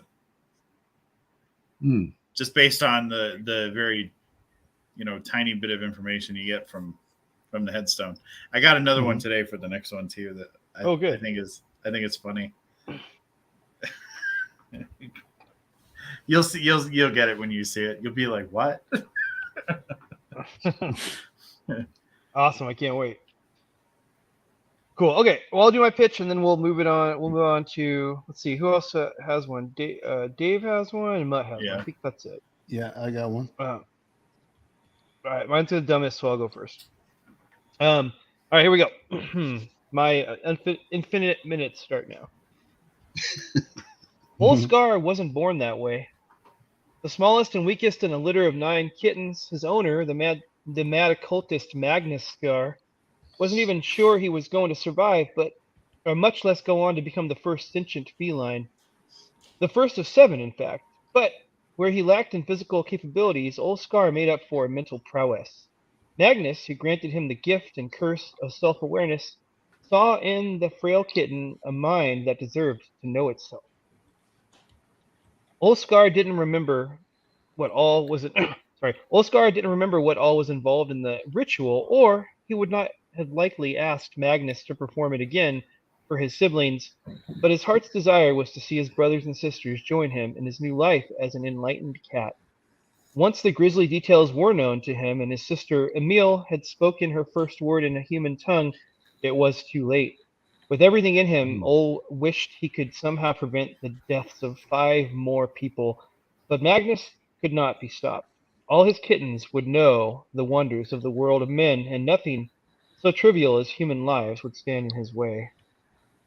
Though Old Scar always had a sense that his master was not a good man, his lack of care for the lives of other men and women confirmed it. But what could such a small animal, even one with the intellect of a man, and his 6 siblings do to stop such a powerfully built and easily agitated madman? Certainly, they would find themselves facing similar fates as those who gave their lives in exchange for the kitten's sentience. It turned out, in the end, Old Scar and the other kittens didn't have to do anything, for one day Magnus just left, never to return, but not before telling the kittens of his plans to wake the sleeping god Cthulhu. Magnus had apparently located a sunken city called Relief in the South Pacific and dreamed of traveling there to meet his master. The cats didn't take him seriously when at first he said he had chartered a submarine, but after he disappeared in the middle of the night, never to be seen again, Old Scar knew it was up to him and the others to stop Magnus and prevent the end of the world. Catch Old Scar and his siblings in Kittens versus Cthulhu. Stop that. All right. Great my title. Drawing went away while I was doing it. I'm gonna add big gravy to the. There we go. Oh, I like it. Oh, he's bringing some colors. Dude, that is so good. I'm gonna give away a little bit. No one will ever remember this, but Chris. In the book that Chris and I are going to do someday, The Penance of Nash, it's kind of a retelling of the Hercules, the labors of Hercules, and the Hydra. The take that I wrote on the Hydra is very similar to what you're drawing, Chris. It's not like a dragony looking creature. It's like a parasite that gets inside people, and like the top of their head will flip back, and out of their mouth will come all these tentacles. Oh hell It yeah! looks that's what it looks like, man. I mean, in my head, yeah. So you're already So the we're man to right draw there, it. man. We're Yeah, already we on are. top of it. That's like that's the second or third arc, I think. But yeah, looking great, man. Nice, brother. Okay, let's have Dave go next. All right. What you So got? this is the legend of Old Scar.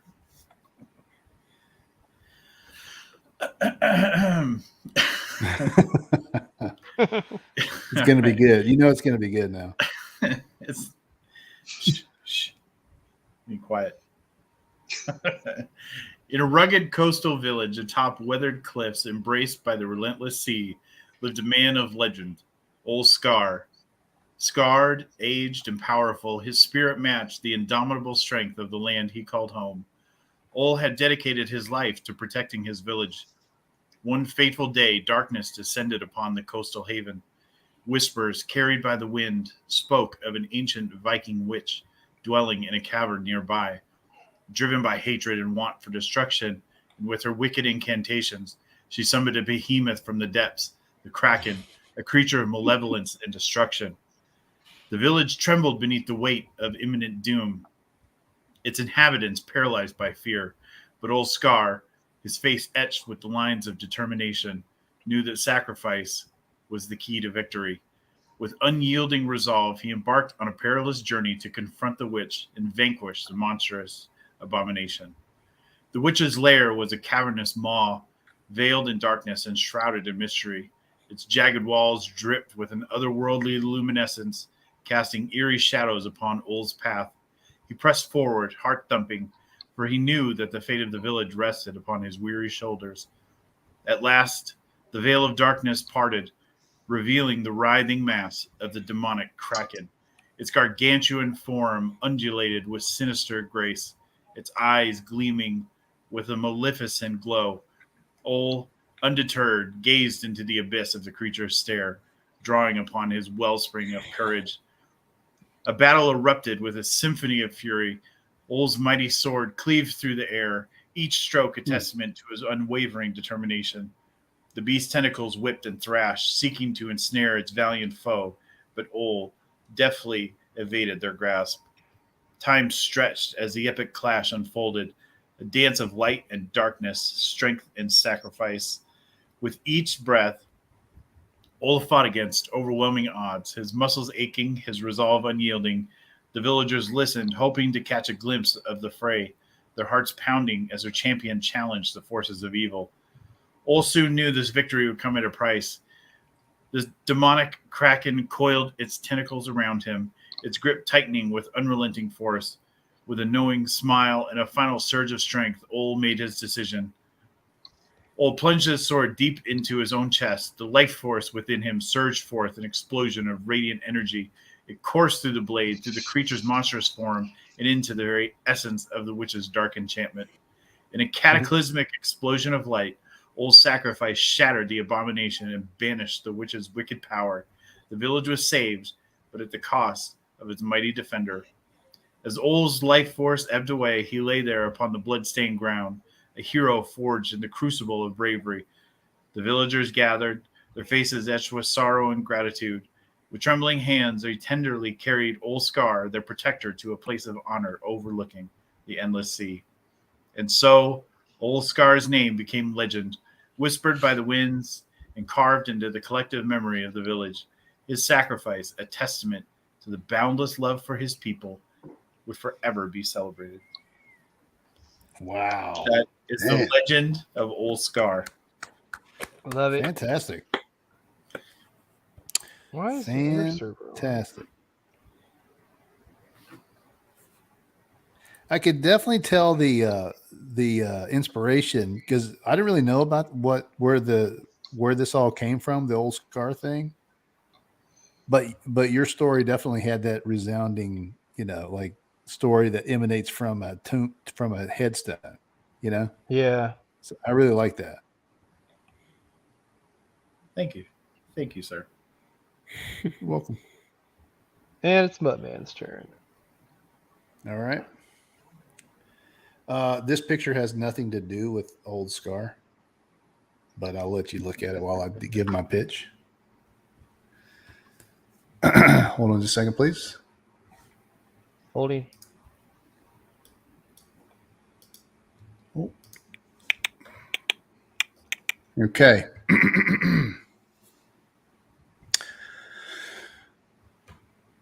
All right. Again, this has nothing to do with what you're seeing, and I didn't know really the assignment, so I just went after it and did the best I could. All right. The name's Rick, but most folks call me Old Scar. The funny thing is, it's not because of the scars on my head. You got those from an up-close meeting with a Jabberwocky on Space Station Delta back in 2096. No, they call me Scar because I'm one of the few remaining plumbers still working this part of the galaxy. You see, I worked for the Space Station Kinetic Afterburner Alien Removal Company, or SCAR. Most plumbers that were worth their salt have cashed in their pension. I'm just ornery enough to keep at it because business is good. You see, there's about a dozen major space stations in the Milky Way, and they've got to keep their afterburners on consistently to avoid the gravitational pull of whatever planet or moon they're parked near. Then you got these creatures, Jabberwockies, we call them. Nasty things. They grow from asteroid pollen that gets stuck to the side of the afterburners. If you're not diligent, they can get big and nasty. I'm not talking house cat big either. I'm talking nightmare big. They like to hide in the duct tunnels and air shafts, and there's no good way to detect them. Once they get big enough, they start looking for food. Basically, anything with a pulse is on the menu. So you got to send in the plumber. That's me. I flush them out and fix any damage they cause. The job I just took has me a little worried, though, because these afterburners are in the biggest station, Mars Alpha. I thought we had a good plumber there, but apparently they found his upper half on the breathing side of an oxygen hatch. Once they've had a taste, they only get meaner. Hopefully, this won't be my last job. Find out in Scar, Fire in the Belly. Top that. That was really good, Mutt. That's a good one too. Thanks, man. I don't know if everybody's going to get this or not. It really depends what kind of video games you played, how old you are. But there's something about that story he was setting up and his voice, his actual voice, that had me thinking of like the FMV on Sega CD or something. That is like introducing a game. Like I could see the character in front of like a green screen background, like talking, like explaining to you what's about to happen. Mutt in Sewer Shark. Like that, yes. Yeah. It was good. Cool. It's amazing. Cool.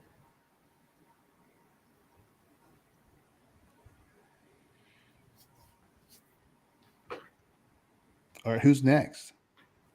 That was it, I I think. think that's it. Yeah. Didn't have time to get a top half together this week. Ooh. That's right. Boo this man. I support that boo 150%.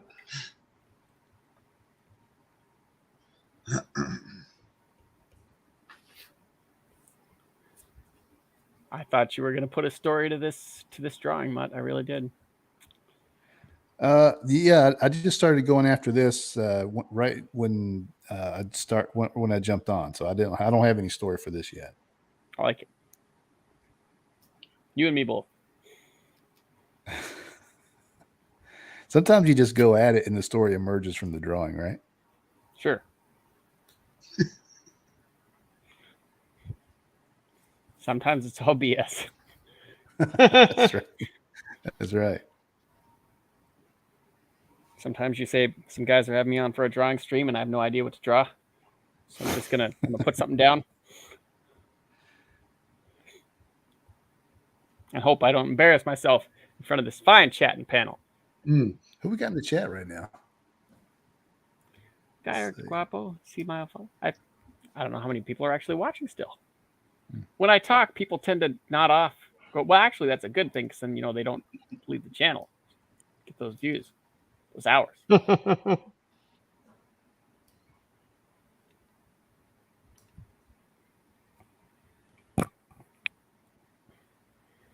Now I got to ask a question. I asked this, or I thought about this on my stream the other day. Listening to my voice, if I were cast in like a crime movie, what kind of a character would I be?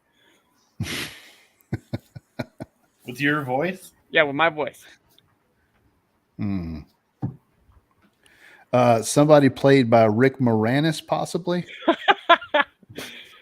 See, I thought, and my chat was very kind to me. I thought I would be like the Weasel, like that guy that gets the gun. You ever see like Payback? The one guy that's like, yeah, now Porter, you're gonna do what I said. He gets punched and taken the gun. Oh, you're not gonna kill me, are you? Yeah.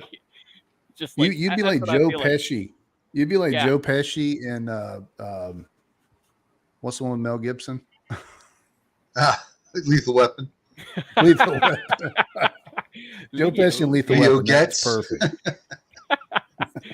They screw you with the cell phones. I haven't watched this in a while. Now I'm going to have to.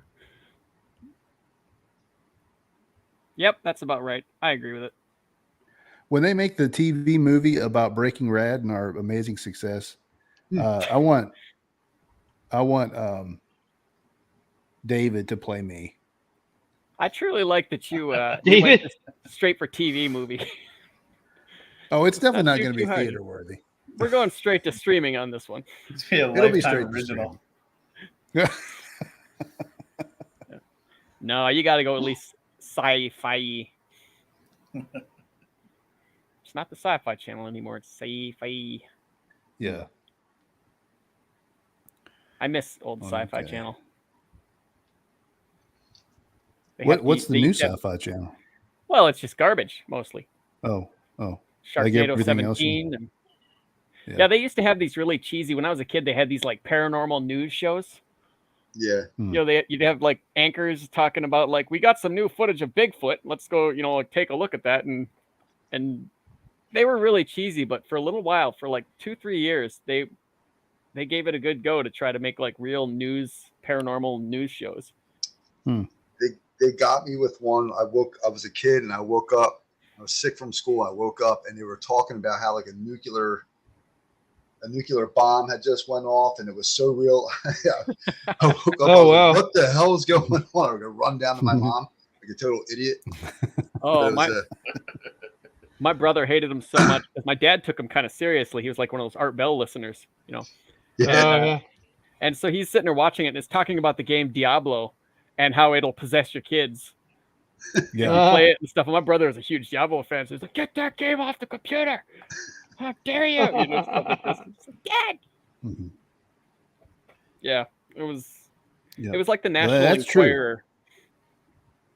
What's that? That's true. Diablo would possess people. So if you played see that trailer? Did you see that trailer for Diablo 4 where they put Space Jam's theme to it?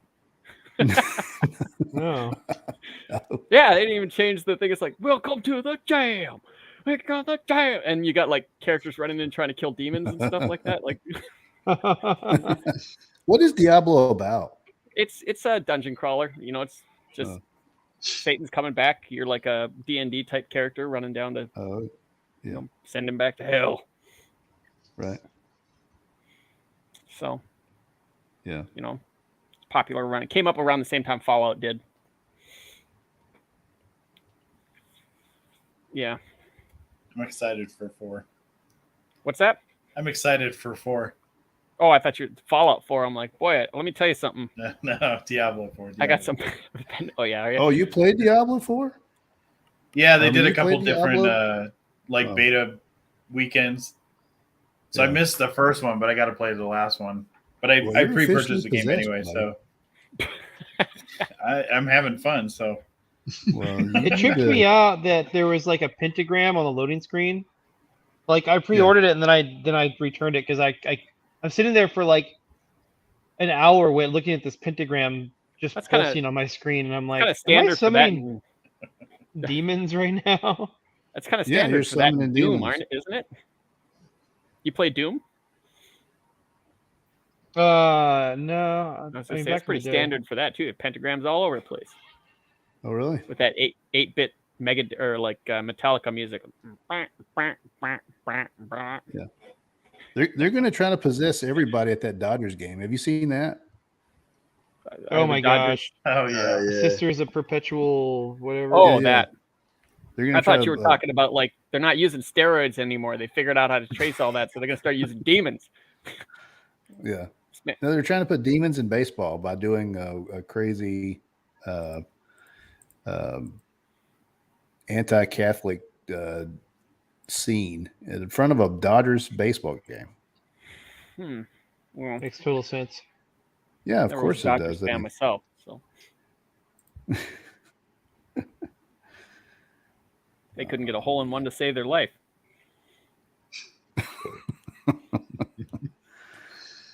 oh, who is a sports fan in this chat here? Well, what kind of sport? Well, any sport. You're talking What's like your wiffle sport ball, of choice? kickball. Wiffle ball. Talking like No, Check out this, No, guys. I'm I not- started a new tentacle thing. nice. Do you want to be on that boat? oh. Are those friendly tentacles? Yes, they're Oh, just okay. reaching out to give you a hug. Oh, I have That's another that's like a Christian comic. Rorschach. Yeah, I have a Christian comic book thing that I'm doing that I think this will be. There's a scene with he's in a rowboat. Oh, I showed you guys the other thing of that, I think, before. Anyway. I like your We'll go camera back to angles. Oh, thanks.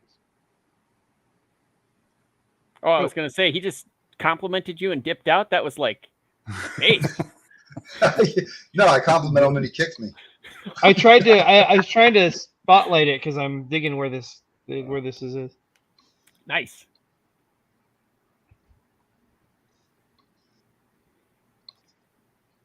I get a Yeah, 55 what- confirmed that this were an auction. Yeah, the lighting sucks here, but there it is.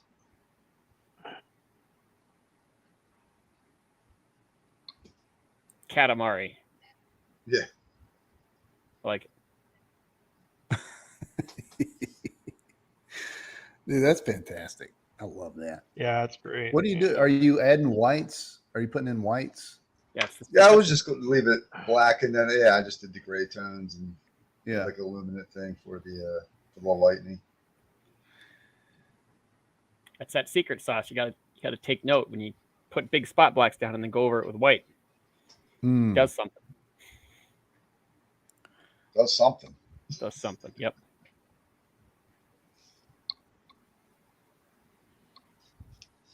Right now, Cal, I think, is looking down at his drawing.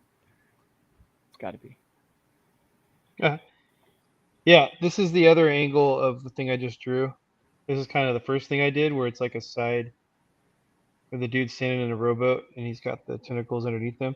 So I was just like, yeah, I'll draw an underneath version of that. Looks like the cover to like an 8-bit indie game. Yeah, I'll take Something that. you see I'll on take it. Steam. I'll take it.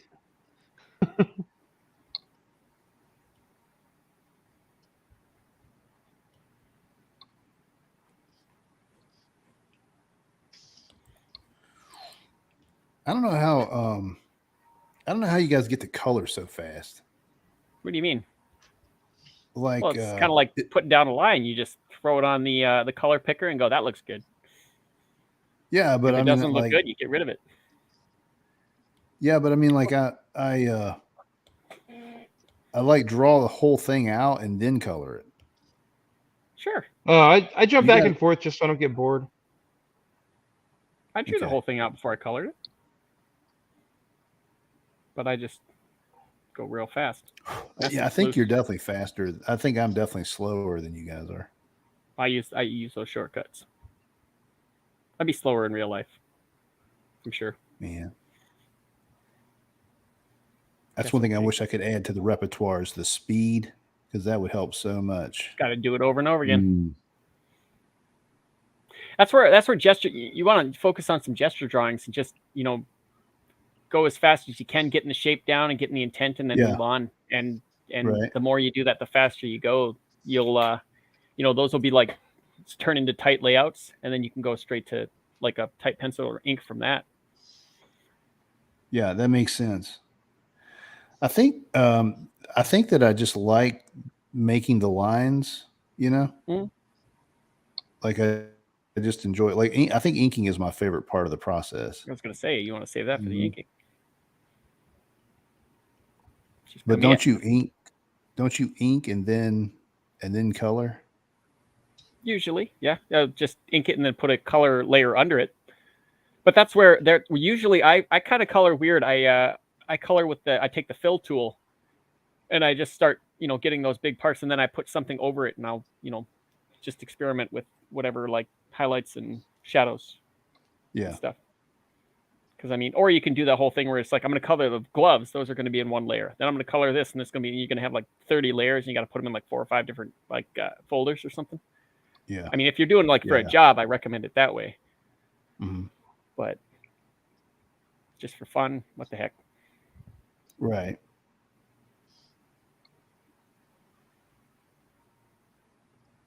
Like, see there, I'd put the rain on a separate layer if I were doing it. Honestly, for a real thing. If you're doing Chris's one, you'd put the rain on a separate. Yeah. Yeah, I got a few layers, but then, especially with a sketch, by the end of it, it's all the layers are all jacked up. Yeah. Yeah.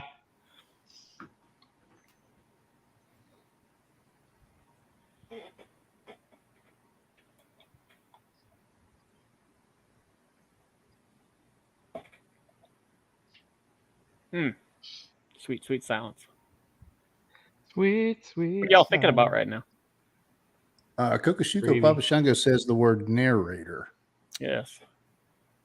Thank you, Kokushuko. I'm sure it meant something when you said it, and I totally missed it. But maybe it would be like I'd be the crime narrator guy, not the weasel. Like I think. Oh yeah, it'd be pretty sweet. That's a trade up. Yeah. Well, as long as it was narrated by Joe Pesci. Right. Yeah. Leo gets. Did you guys say that? Do you guys have a favorite action franchise? I think Mission Impossible. Really? Yeah, I think Mission Impossible is my favorite because I can sit down and watch one of those movies just about any time and enjoy it. Even the second one? You like the second one? Yeah. I don't like the Rodriguez one. Is that the second one? No, the second one's Ang Lee. Or whatever. Ang Lee. Is that the one where they're? Is that the one where they're got jumping long through hair the air and he's fighting doing the on mask? bikes? Yeah. Yep. I did not like the bike fight. That was totally gay. I did not like that. But he built the whole movie around that. Yeah, that one was not good. But other than that, I really like them. Even that one was, I could take it. It was okay. You like the Brad Bird one, Ghost Protocol? Yeah, I thought it was really good. Yeah, it'd be interesting to see him do some more live action stuff. Yeah, I think Brad Bird's a really good creator. I just think he kind of, you don't really want to hear about his politics because he kind of sucks. Yeah. Well, I mean, that's Hollywood. Bigger Disney guy, yeah. Right. I did not like the second Incredibles nearly as much as I like the first Incredibles. I thought the first Incredibles was nearly perfect. Right. I thought the second one was horrible. Great animation, though. Yeah, really good animation. It was a joy to watch. It was a joy to watch, but they had to put a couple things in there. It was just like, come on, guys. Yeah. Do we really have to do this? Well, that's you got to get your lecture. I hear they're lecture. bringing back a movie. It's like, oh boy, another Beetlejuice 2's coming, and I'm like, oh no. They got everybody back pretty much. Did they? They got Winona Ryder, and I don't think Alec Baldwin's coming back or Gina Davis, but they got Kathy O'Hara, and I think that girl that played Wednesday is going to play Winona Ryder's daughter. Yep. Oh, perfect. Yep. Michael Keaton's back, of course.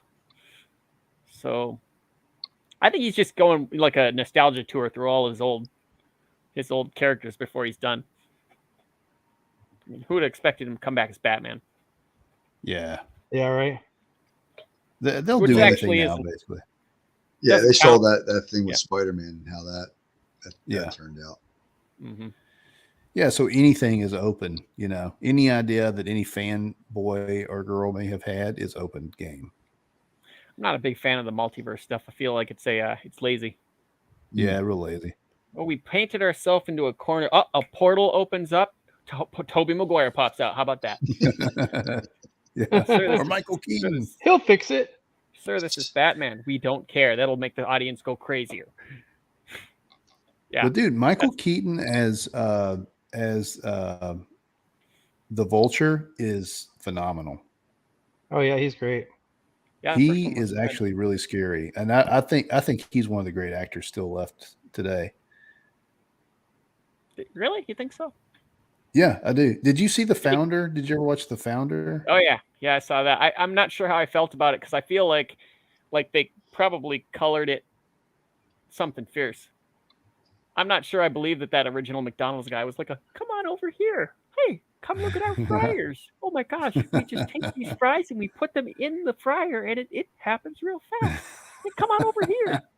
We get our burgers done like this. Like, I don't know if I believe that. Well, and it may not have been that way, but they made a great story. Like if I can kind of believe I can believe the Nick Offerman guy that's like concerned about the numbers. Like, we can do this 5% faster. I believe that. But the little like Mr. Rogers guy, I'm not 100% sure. Yeah, totally believe it. It could happen, sure, but yeah. I don't know. Well, I know that it was based on real life, but just as a movie by itself, it was phenomenal. It shows the rise and fall of the human spirit. It's great. My wife wouldn't eat McDonald's after watching that movie. Yeah. Oh, it made a lot of people mad because a lot of people had no idea about any of the story, and then they can paint it the way they want. So, yeah. Well, I don't think I've eaten McDonald's actually now. Come to think of it, in like 2-3 years. Were you born in this country?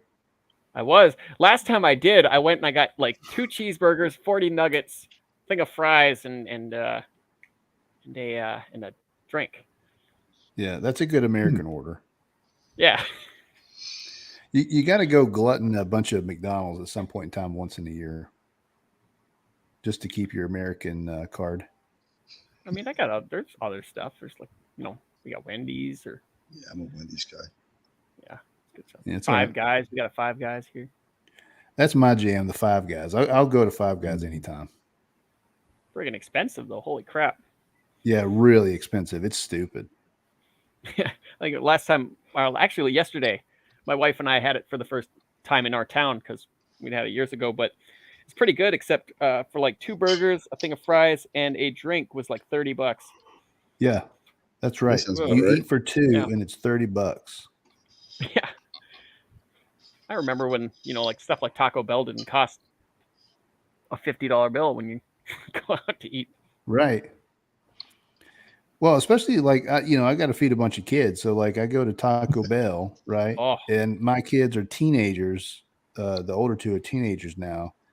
So then like I've got to feed the family, and get basically as many tacos as I can. So I end up having to get like, those 12 boxes or the 12-piece boxes. Yeah, you get a 12 box and then a couple of like 5 packs, and that don't feed them, but it gets them, at least a couple hours until they have to eat again.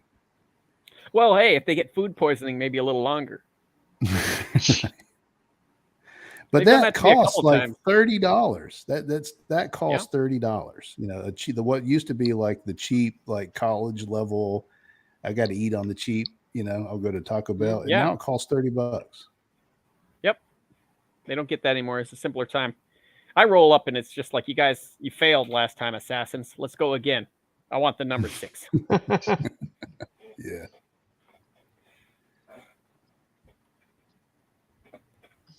I think he's finished. He finished it. Killed it. Yeah, That's sick, technical dude. difficulties, charging the pen, but yeah, it's pretty much finished. See, Dude, that's David great. doesn't need to worry about that. He's got one of those pens that always, well, as long as it's got lead, right? Or pencil or ink. That looks great, man. That's a great, fully rendered, well-colored illustration. Good job. I appreciate it, man. It was fun. Cal, I'm sure he's getting uncomfortable. Me? Him. It's been the big gravy hand show for like 20 minutes. Oh, sorry. There you go. The Big Gravy Hand Show. Welcome to Breaking Rad, where you get to look at Big Gravy's hand. There's no other show.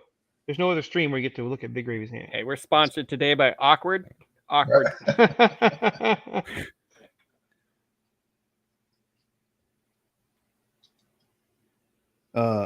So Chris, when you go to the show, are you setting up a table and you're going to be there for like what, 2 days?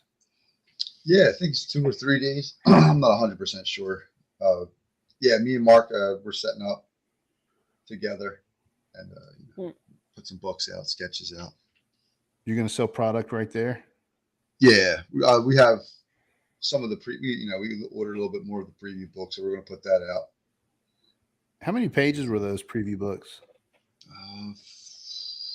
I'd be lying if I told you. I want to say like it was close to 15, something like that. Okay. Yeah. Like a nice, School ash can. Yeah. We wanted to kind of leave you with like a cliffhanger. Yeah. So I had to throw in a couple extra pages to get the desired effect. I've been wanting to do a show and take Hero and set up and do a lot of that stuff that you've done with, the backdrop and, get like a pop-up banner and get like some product and put it out. Cause I got a bunch of swag left over from the first campaign. And I got plenty of books left to sell because I ordered a ton when I went to print. But I just never have. I don't know why. Like it's for some reason, like I don't know why, but I should just go do a show because I could probably sell some books and meet a lot of new people and stuff like that. Yeah. I mean, I got to be honest. I think this will be my second or third show. Okay. How do you like them? I think they're cool. Like if you, I won't get too far into it, but if you're with the right person, or the right group of, it's a good time. If you're not, it's like anything else. It sucks. But, I always thought for the longest time you had to be like a pro or had something published or something to that effect before you could even apply. I found out from a couple friends that wasn't the case. But yeah, so I did like 2. And this one I'm hoping be a big one. Yeah. Especially with everybody that's going to be there, it should be fun. Where is it? Who all's going to be there? Oh, Jersey. That's the Tucci, Ethan, Nolan, Fraga. Man. Yeah, there's going to be some heads there. Cool. Yeah, that'll be cool, man. It'll be a great little networking opportunity for, put real handshakes together, instead of just like talking to people online and stuff like that. That's going to be good. I don't know if I notice a difference. You do a lot of shows? Not at all. I don't really travel much, so I'm very happy. If I weren't for my wife, I'd be a hermit, like I always destined to be. But Mrs. Stat saved you. She's not going to let it happen. Well, she's going actually on a mission to Africa tomorrow. Wow. So for 16 days, or is it 12 days? One of the two. I better lock that down because I'm going to have to pick her up. But yeah, I'm going to be that hermit that I was always destined to be. Man, dude. It's like the beginning of the Lorax, that thing that looks through the blinds and stuff and has a robotic little hand coming up. That's me. It's going to be me. Hey Cal, if you'll show mine, I'm gonna bow out. Yeah, it is actually about time to Mm-hmm. you doodle. But let's show yours. Do a quick recap of the Man. There we go. Oh yeah, sweet dude. That's Love fun. it. That's awesome. That was a fun prompt tonight, huh? Man. It was fun. I have to get a head start next time, so mine actually is good. That's cheating. Yeah. Oh, David bounced already. I just saw his message. That was I'm out. 5 minutes ago. David likes that. yeah. He likes that Irish exit. Yeah. It was a super fun stream. I mean, I want to do more of these themed drops.